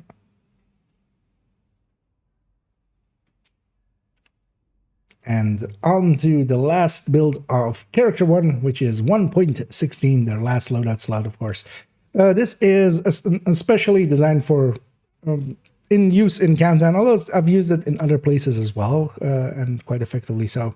This is basically PFE with regen, together with having Vanguard and Galvanize for teammates, basically. A group support, PFE, regen. It's trying to do too many things. Generally, I would recommend when you're hybridizing two things and you just hybridize between those two things. This is trying to do three things. It barely works out, but actually it does okay for itself. Changes wise, this mained the Scorpio. The Scorpio is our way of especially triggering Galvanize, although we have Foam as well behind me there. But yeah, the Scorpio is going to still trigger Galvanize just fine. It's instead of on the third shot, it's on the fourth shot, which not that big of a difference. The reload and stuff, of course, changes as well. They do kind of hurt it, but nothing else really changed about this build. We are kind of keeping it the same. It just got a refresh basically to new standards. And in game, we kind of see, as I haven't actually loaded it yet here, but we'll go to it very quickly. As we have here, it is as is on there. I don't actually have any 13s on this character on this. I do actually have 9 13s in total available, but there are on character 3 and 4 actually. This one doesn't per se need it because we're also going for the full 80%.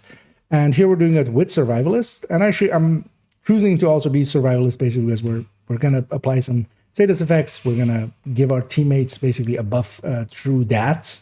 As well. But yeah, we're going for the full 80%, so we're kind of hitting the 72 here with 6 of these. This is also one of the few places where a chill out actually makes sense. We're using it because I see, yeah, as we had last year a video of where and when to kind of use the chill out, or maybe it was last summer when it was last available. If you're interested into that and why you shouldn't go for a red chill outs, go watch that video from the past.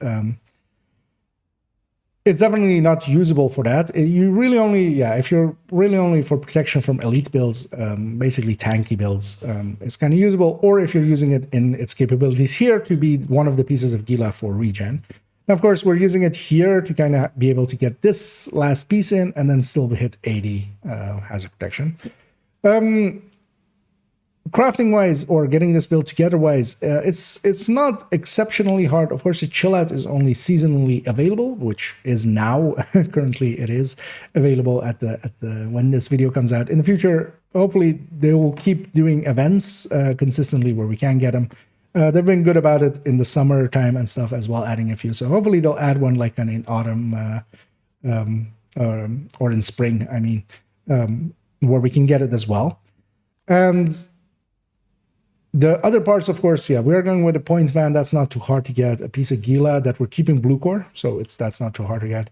The pieces, improvised pieces, of course, basically always will require a bunch of optimizations. You craft these, and then you have to either optimize them up.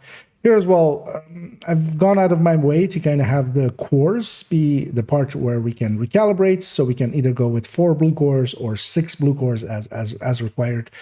And yeah, Bellstone Backpack as well is not per se too hard because we just need one with crit chance, crit damage to optimize up. Although, of course, we're going to spend a bunch of resources there and preferably free Talent Ball. Though in this case, it's kind of galvanizes the go-to here because we wouldn't per se go with Protector or something like that.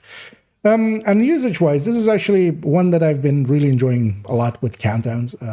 Not more per se than just running a red or some of the buff builds, but here and there just grabbing this, and as long as it's, for instance, not the team is already decently strong, that can work well. Also, this can work well in conjunction with a red FI because we can give blue armor, we can give bonus armor basically to allies and prevent them from getting hit in their normal armor, and that will keep up their vigilances and stuff if they have that. But also, yeah, FI buffs. And yeah, there's actually this and a FI, red FI together actually works really well together, and that's the way I've been running it quite a bit. It's not a top end build, but well worth having, and as well, this worked very well, for instance, for the recruiter fight. This is actually the build that kind of really easily got me through the recruiter fight. And made me actually not realize how much of a hassle that thing was until much later. So yeah, well worth having something like this, at least a PFE. All my characters always have a PFE. This one is maybe overkill for general use, but for especially a countdown and such, it's actually pretty useful.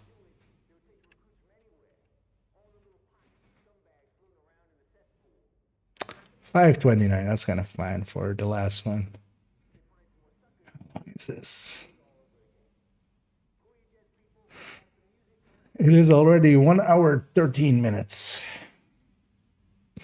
Let's put a bow on it. You want to buy? I want to sell. Come check out my. Oh yeah, we'll just keep it here. You know what? We'll do it. We'll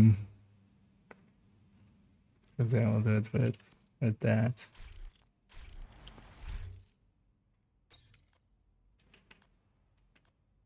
How many outfits that have white in them? Likely the combat medic. Yeah.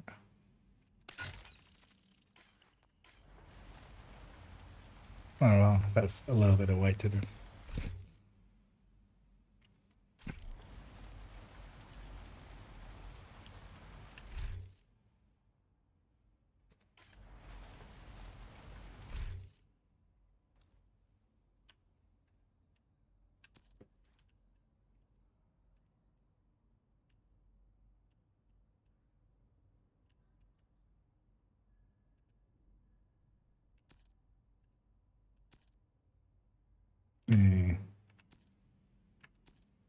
There. Go up and did what? Wait,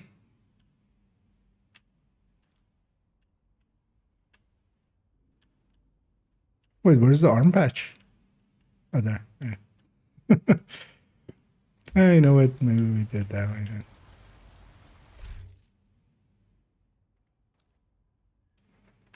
Is the arm patch just on a weird spot on this? Oh no. It's just...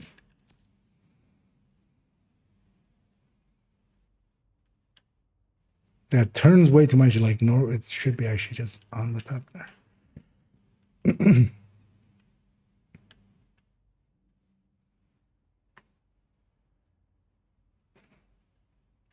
Yeah.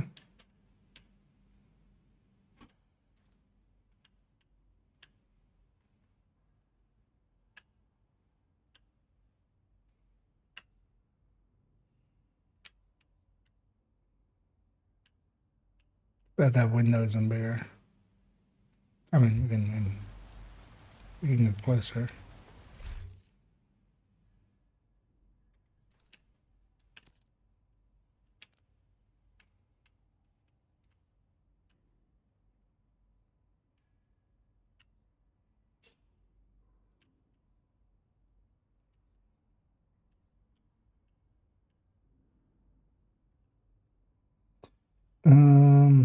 Yeah, just making sure I'm missing anything. Oh yeah, actually, let's have the builds collection on.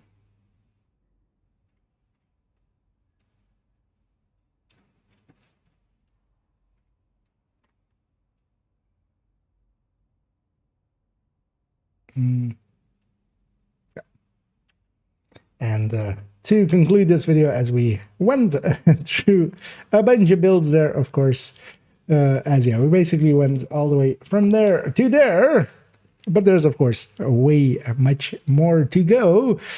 And yeah, we're gonna do that. We're gonna go character by character as we discussed at the start, kind of like with this, and do it for the other characters as well. Although that's going to be, of course, intermittent with some other things.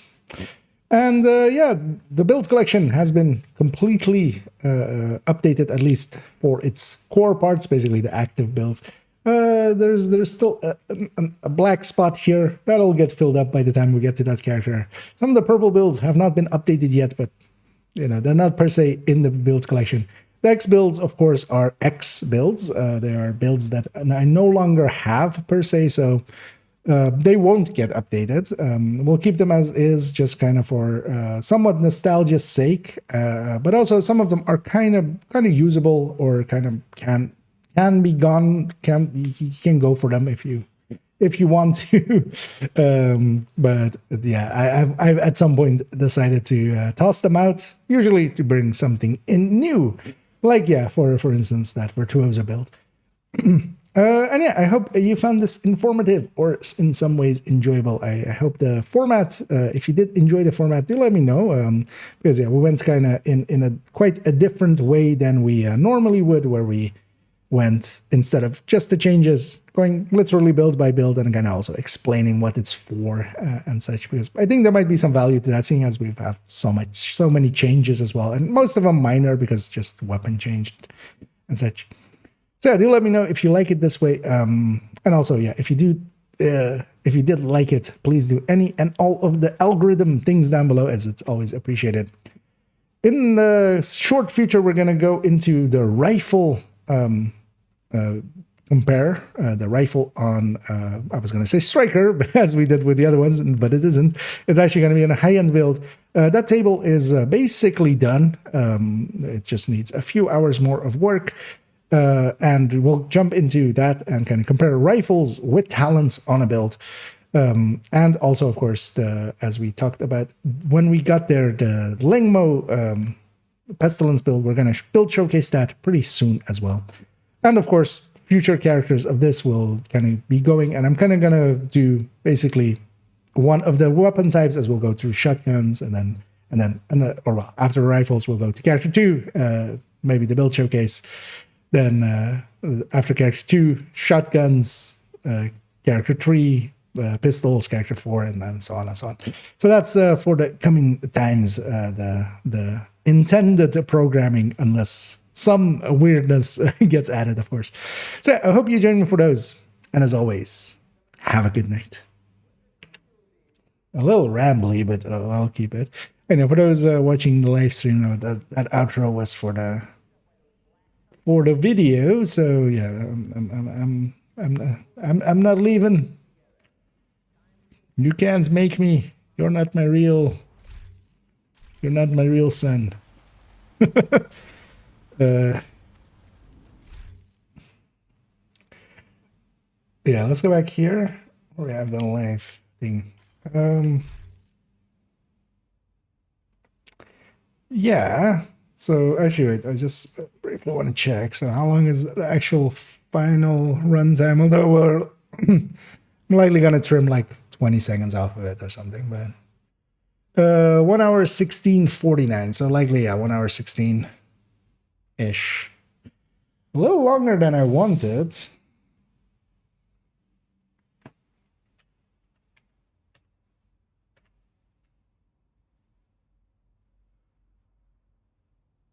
Actually, no, huh? I think I just... Yeah, that's kind of fun, actually.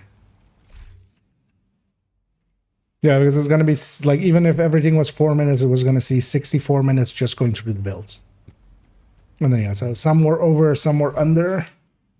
I'm kind of fine with it. And then, yeah, let's grab that Lingmo build that we just talked about. I'm gonna go and do one of my Roosevelts now, because I have kind of like a half hour left. So maybe we get Roosevelt in now, because yeah, if you haven't yet, make sure to get to. Oh well, if you're interested in exotic components, with the Winter project. If you get it, the hard part of it, if you get it to day 6, basically, every day it will repeat. So yesterday we did this, or we completed this basically already, well, like whenever it was available. And then every day it resets, and every day it lets you have another,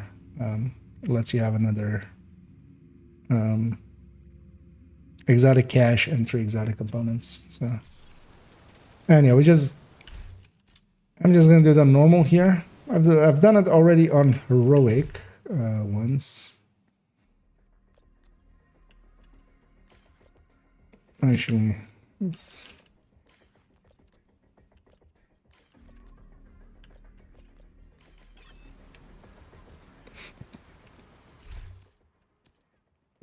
but what I'll likely do as well this evening is I have one character left that needs to get to that point. I might actually just do them all on heroic. With the striker tactic this time instead of the heartbreaker tactic. Although with the modifier like helps so much. So like, and here I'm just gonna run bestie build. Actually, Eclipse could likely make real short work of this, but.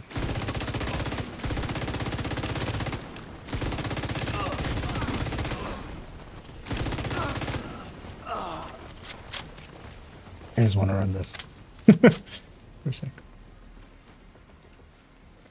The world record now. Yeah, about that.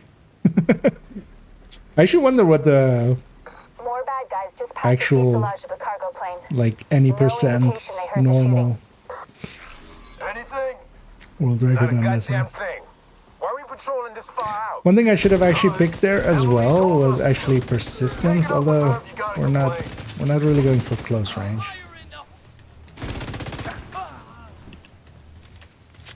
But here and there I could have likely triggered persistence and run faster. Keep your eyes open. It might be nothing, but it might be something. You said the line. Is that supposed to be helpful, Earl? Because it isn't. Shut your damn mouth. Is that supposed to be before a I shut it famous for you. line, Earl? Both Because of it you totally shut up. is. The bestie stacks went over the thing there, and they're kind of keeping that guy staggered over there. Red Rover, will you send these enemies over? Sirs?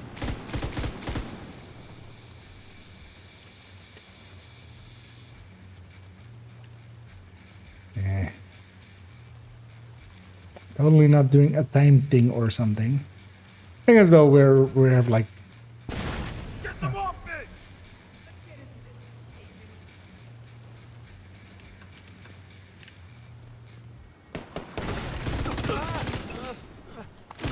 now you died by getting shattered into a billion pieces there.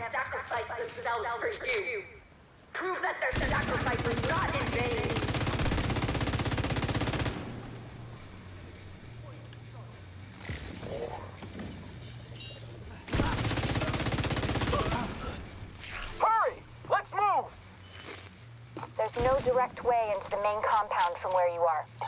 If you can get up on the wing, you can detour around to the west along the quarantine barricade. You can get some chicken wings. Put some barbecue sauce on them.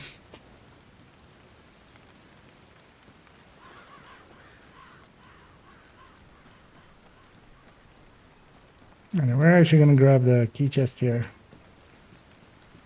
Forfeiting the world record, of course, but the things we do for loot. I was hoping for 100 resources there of something then. You're coming up on a burn pit. At least half a dozen hostiles, but it doesn't look like they're expecting you.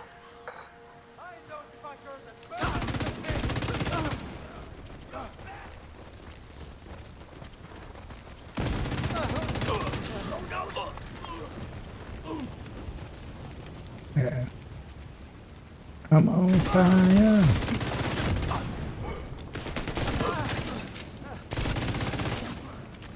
You boys like barbecue? Damnation! Immediate medical assistance needed.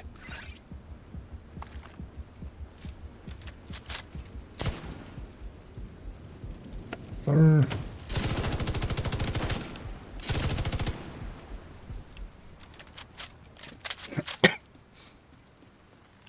What is my secondary even here? Is it Sleipnir or not? It's just a fast dance.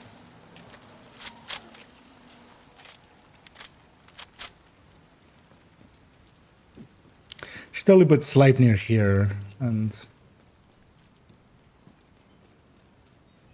It's hard to focus with Yeah, a the gun one, pointed at your head. Help me, please! I'm working as fast as I can. Just aim that thing so these guys are insane. You have to get me out of here.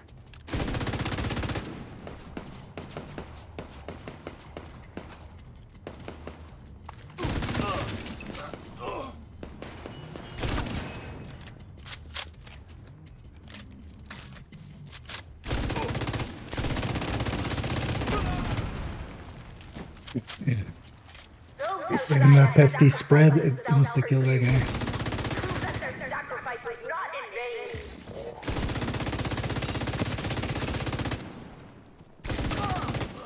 And someone with stellite, and then you get a few stacks out.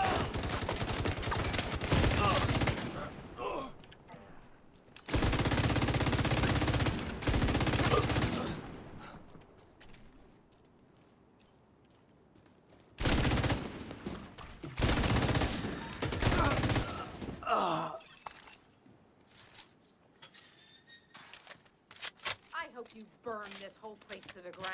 Kind of looks funny as well, just being in like snow outfit in the middle of all this.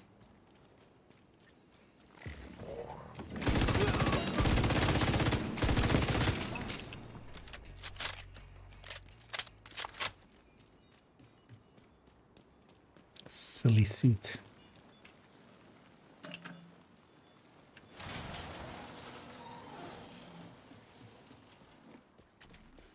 And at the time on this is so Coming up on the wide central area, that and it looks like they've sealed the gate. you can just Then you're gonna run have to through find it. a way to unseal it.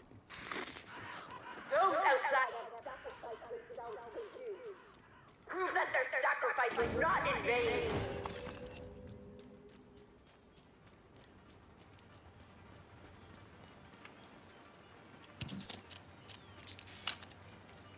And I still also have to do it on account 2 and 3. But actually, from what I saw, you have to do the easy track as well, right? If you wanna, like, the things are only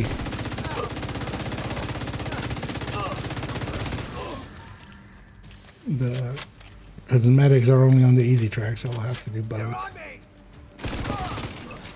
I'm not gonna do any repeats on them though. Just don't care enough about those accounts to Outcast! Emily needs you! do too much.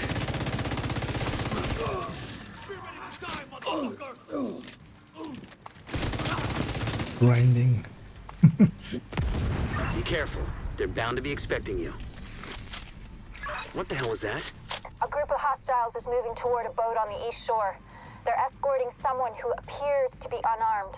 If Emmeline gets away, I already finding her know isn't going to be somebody who easy. has You've got to stop that boat. 2 accounts and is doing it on Find a way all to of the them shore and every make sure day. that boat doesn't get So away. they're doing it 8 times. This still takes you like 10 minutes. So you're like doing this for an hour 20.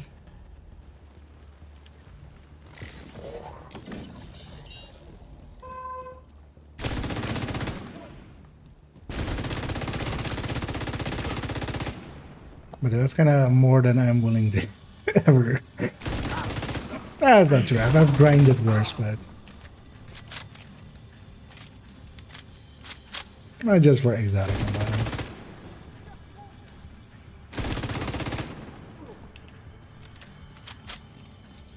What's going on with that boat?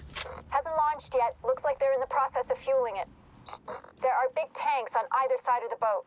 Those tanks are a primary target. What about Emmeline? Already aboard the boat, assuming that was her.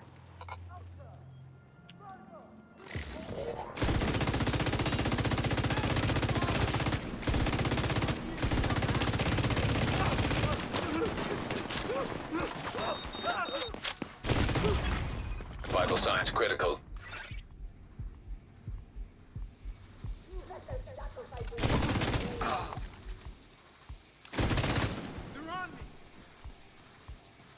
Oh shit. I'm gonna get that thing before he dies. Because then I kill him and then this spawns. If I were to kill him, most likely a next wave would spawn. And then I would need to deal with them as well.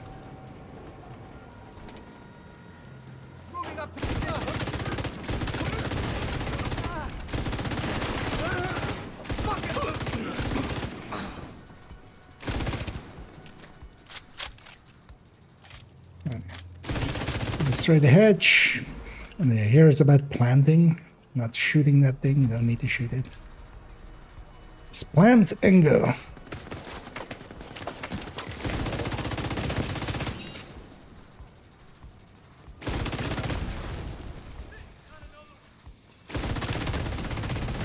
Without their leader and their stronghold, the outcasts are going Where to be are much you less of going? a problem than before. You know, what happened to them was horrific. But what they did was even worse. I just hope they're finally at peace. Exotic cash. Also, yeah, we got a snow machine each time. Gonna donate that one. I'm only gonna keep 2.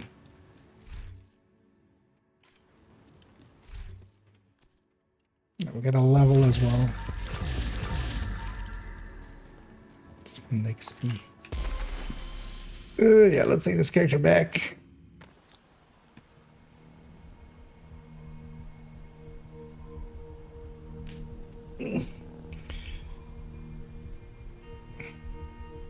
Kind of feeling stiff.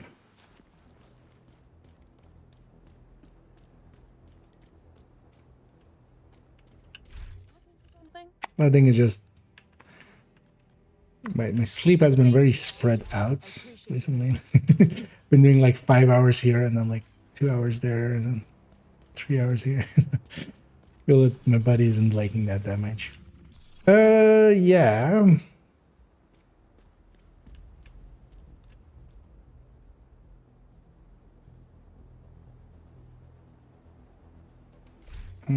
So maybe, yeah, so maybe do that. Because I only have like 10 more minutes or something. Because I need to get off by 6. Which is in like 20 minutes. Maybe just do that one more time. Kind of boring, but we'll do the grind here.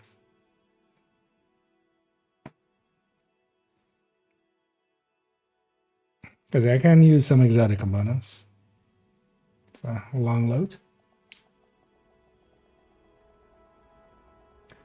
Can be good for you. I'm kind of yeah. It kind of depends. Usually I'm kind of facing it here. I'm kind of sitting crooked because I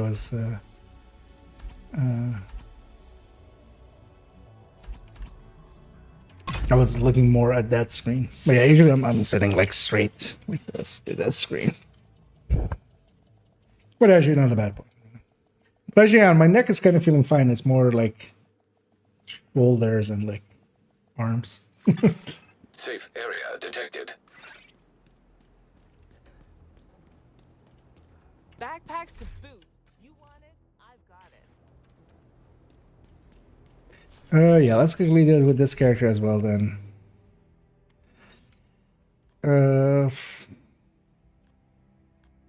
What silliness do we take? Should I try it with a third drone build and see if we can still do it in 14 minutes? I mean, on normal, definitely. Like, doesn't matter. That thing can still murder.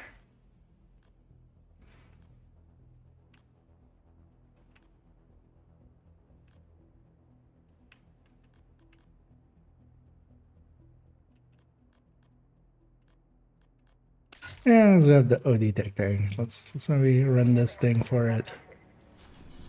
Oops, doesn't seem like a good idea, but let's do it anyway. Let's get a few more exotic components.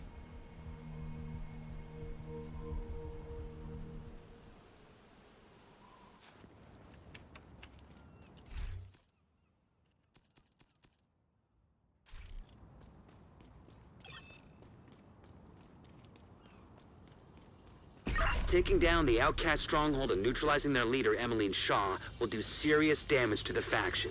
Also, Henry has intel that a mechanical engineer from the campus settlement was brought here recently, so be on the lookout for captives. You've got a few hostiles ahead. Be on the lookout. It's for cop. Yes. Yeah.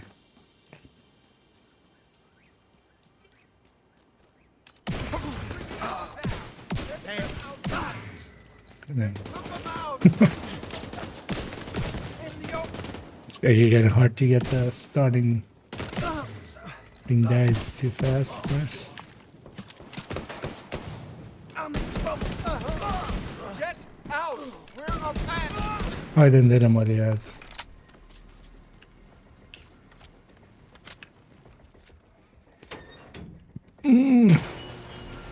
So normally I would just 2-tap with the Scorpio, get the poison, More bad guys mark, just passed and the then fuselage of the swap and cargo plane. get it.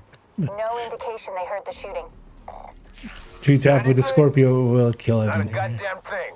So Why are we let's do it patrolling like this this. far out? 'Cause Emmeline told us to. Take it up with her if you gotta complain.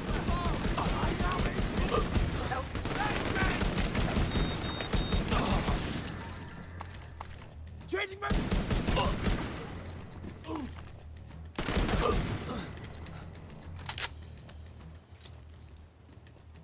Should run this thing a few Keep more your eyes times as well open. in group It might settings be now. nothing, but it might be something. It's definitely a It's lot more supposed to be potent than it helpful used to be roles. because of the chest changes. Shut your damn mouth before I shut it for you. Both of you shut up. Burn, you bastard!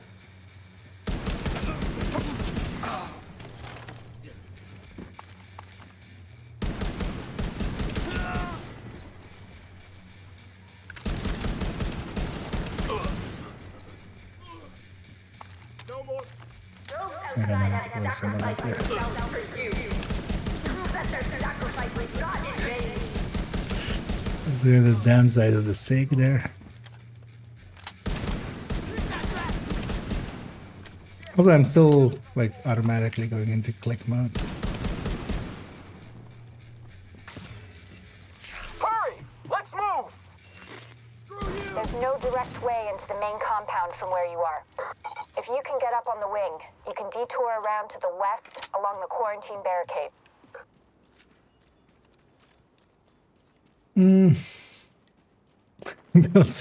Yeah, exactly. Although, I mean, the poster child for that is Striker usually. Definitely in here. Stacking Striker would be impressive if you could.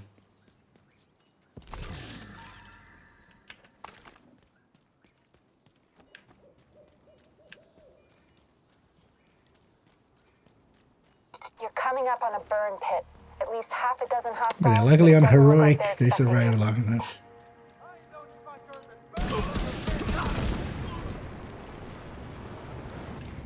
This is our revenge. You think armor can save you? Thinking to move.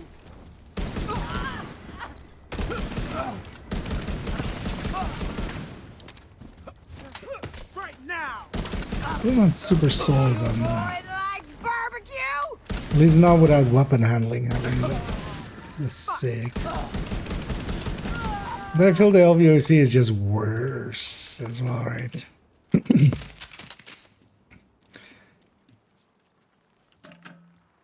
Kind of feel there is like definitely a case to be made for the UIC because of just how actually on target it is. It's hard to focus with a gun pointed at your head. Help me, please. Yeah, part of it is as well. I'm moving and doing this, but that's These guys are insane. You have to get me out of here. So if I stand still, does that help?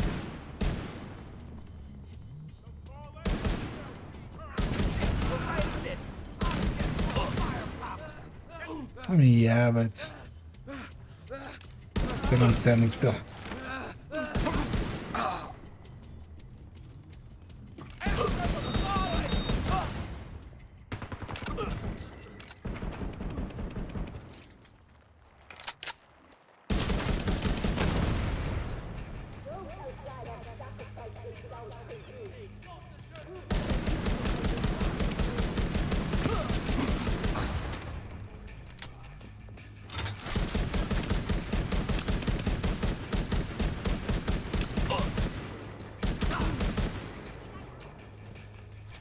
Next time, you're dead. You guys just yell out to me next time you're dead. He's dead now, so how is there gonna be a next time? At least with that guy. I hope you burn this whole place to the ground. Yeah. Well, yeah, the thing is with rifles, we're kind of gonna see that as well. Or I'm gonna discuss it as well when we get to the big rifle list. Is that second stat's really like they really need to buff that next season. 17 crit damage is not equivalent to any of the other ones. You're coming up on the central area, and it looks like they've sealed Like the gate. only second stat that You're is gonna have worse to is find a way to pistols, and unseal that's it. just because they don't have it. Those outside have stacked up. Prove that their I mean, technically, sacrifice it's was not in like, vain. yeah. I mean, they have a second stat, but it's like what on other weapons would be the third stat.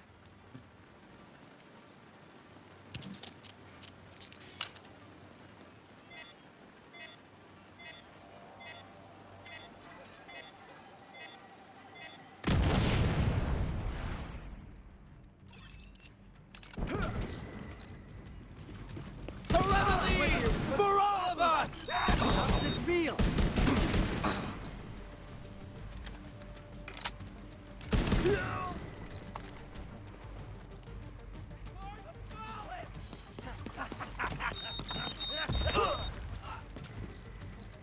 One way to deal with them. Shit! Outcast! Emily needs you!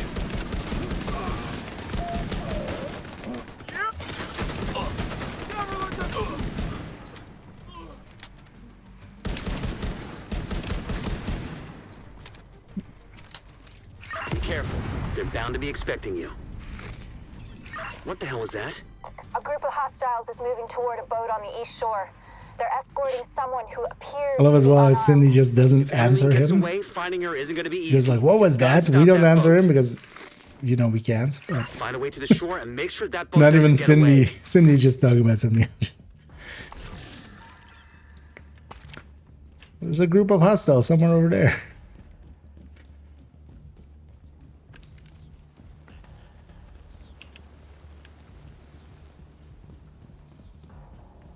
So we'll finish up this, and then actually I have to jump off for the afternoon, but of course I'll be back in the evening for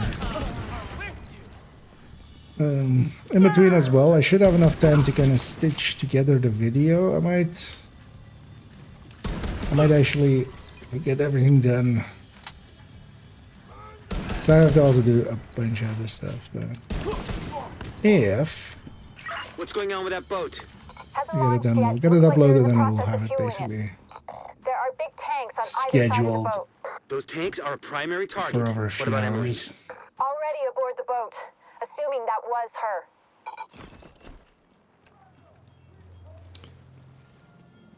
And then this evening I'm gonna work a little bit because the build collection is basically done. I do need to still do Fire in the hole! some builds. Sacrifice themselves for you. Prove that their sacrifice was not in vain.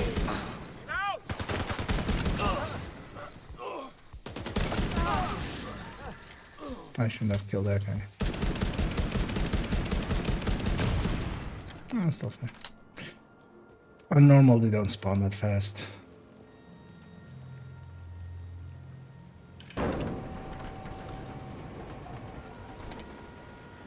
Together! Fuck you!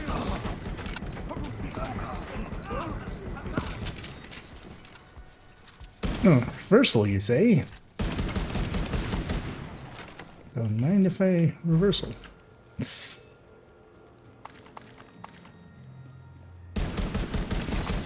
Not that it's needed for that. Why not?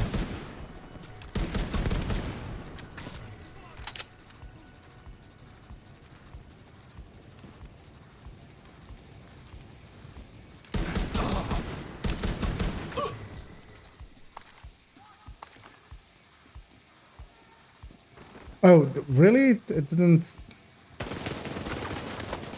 This is always so annoying. Like, this interact is always so finicky. I'm pretty sure I should hear, and I saw the interact, and I pressed. Sometimes that timer also doesn't pop up, so the timer not being there wasn't really, like... something noticeable. But yeah, actually, I should have just checked for the evacuate. Without their leader and their stronghold, But yeah, it's the not like outcasts they are going have to be like, much less of a problem than before. all the time. What happened to them was horrific, but what they did was even worse. I just hope they're finally at peace. Now it's self-defense. Try to punch me.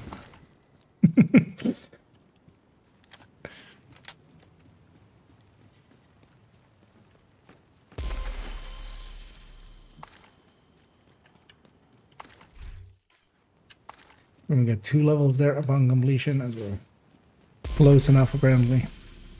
Yeah, let's say this way. What was I saying? Saying something. Oh yeah, I want to work on the rifle table a little bit because yeah, it's gonna be the thing for likely Friday to record that. It's working retail.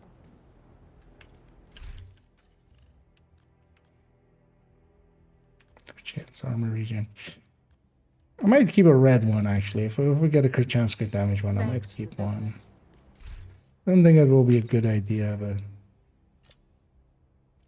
anyway, we'll donate that one though because yeah, we'll just donate to get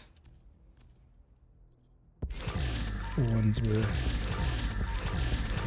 the snow machine done. Here to check 'Cause something I out. want to get that done this evening and also get the Thanks for character tree kind of to the point where they can do this as well. But also along the way, of course, they get... Well, we'll likely do them all on heroic. I don't know. Once the difficulty is the same. For difficulty-wise, yes. But story, the reason to do it on normal and not on story has some parts where it takes actually longer. So there are parts where when you're in difficulties, like story is story mode, and then like normal to heroic is difficulties. Like in a bunch of places, like let's say bank headquarters, President Ellis at the part where you have to wait for him to come up.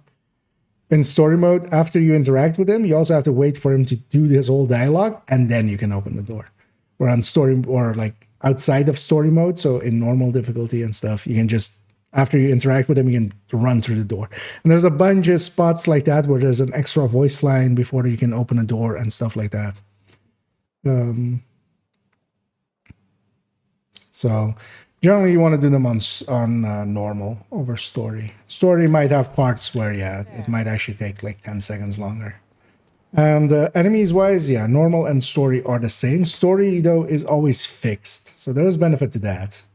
Story mode, basically, like every time you go through story modes, it is similar enemies, not per se all the same. Like it's not going to be like, you know, if it's a grenadier, grenadier and a engineer and like an assaulter, it might like the next time be like 2 assaulters and an engineer or something like that. But it's going to be around the same numbers of enemies and stuff like that. And if it's going to be a heavy or something, it's going to be basically fixed.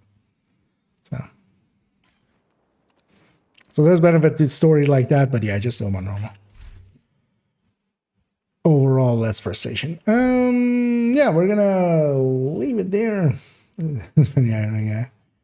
Although, well, there the interact just not working because yeah, I should have noticed that. Like, and a bunch of other places as well, the interact is a lot more noticeable. Here, the interact is actually really far away, so it makes for a more annoying thing as well. We're gonna go rating, of course, on the Twitch end as we always do. Let's see who's available for that.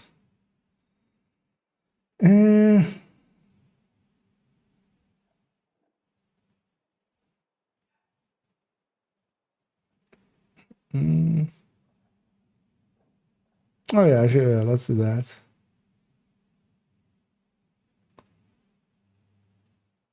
Or do we do?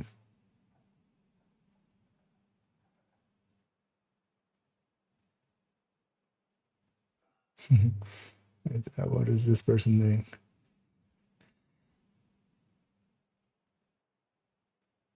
Let's see a few people being around. Yeah, let's go with.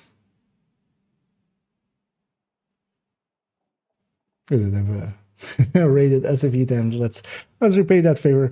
We're gonna go raid Eternal Chaos. With everybody else we've kind of raided quite recently as well. And yeah, I'll be back in like 3 hours time for normal evening stream. So anyway, we're gonna work a little bit on the rifle table basically, which is actually, it was not per se close to done, but it's further to done than not done. We're definitely like at like 70% or something. Right, actually, let's use that one. But yeah, we need to like, because a lot of segments are done. I still need to like figure out what I want to do with exotics and what I want to do with the names and stuff. But we'll fix those up and then basically sort everything and kind of have it be at least ready, and then we'll turn the video later. But that's in the evening, and also likely I'm gonna go do the winter project all on the hard ones on heroic on character 3. Might see who else is around and just maybe do it in a group setting if people still need it done on some of their characters. But for now, I'm gonna start this raid heading towards chaos, and yeah, I'll be back in the evening, and maybe as well that video that we recorded in the past few hours might you might see that pop up as well on the channel. As I see them kind of out of focus there. But I'm just gonna stop my rambling and just say, as always, have a good day.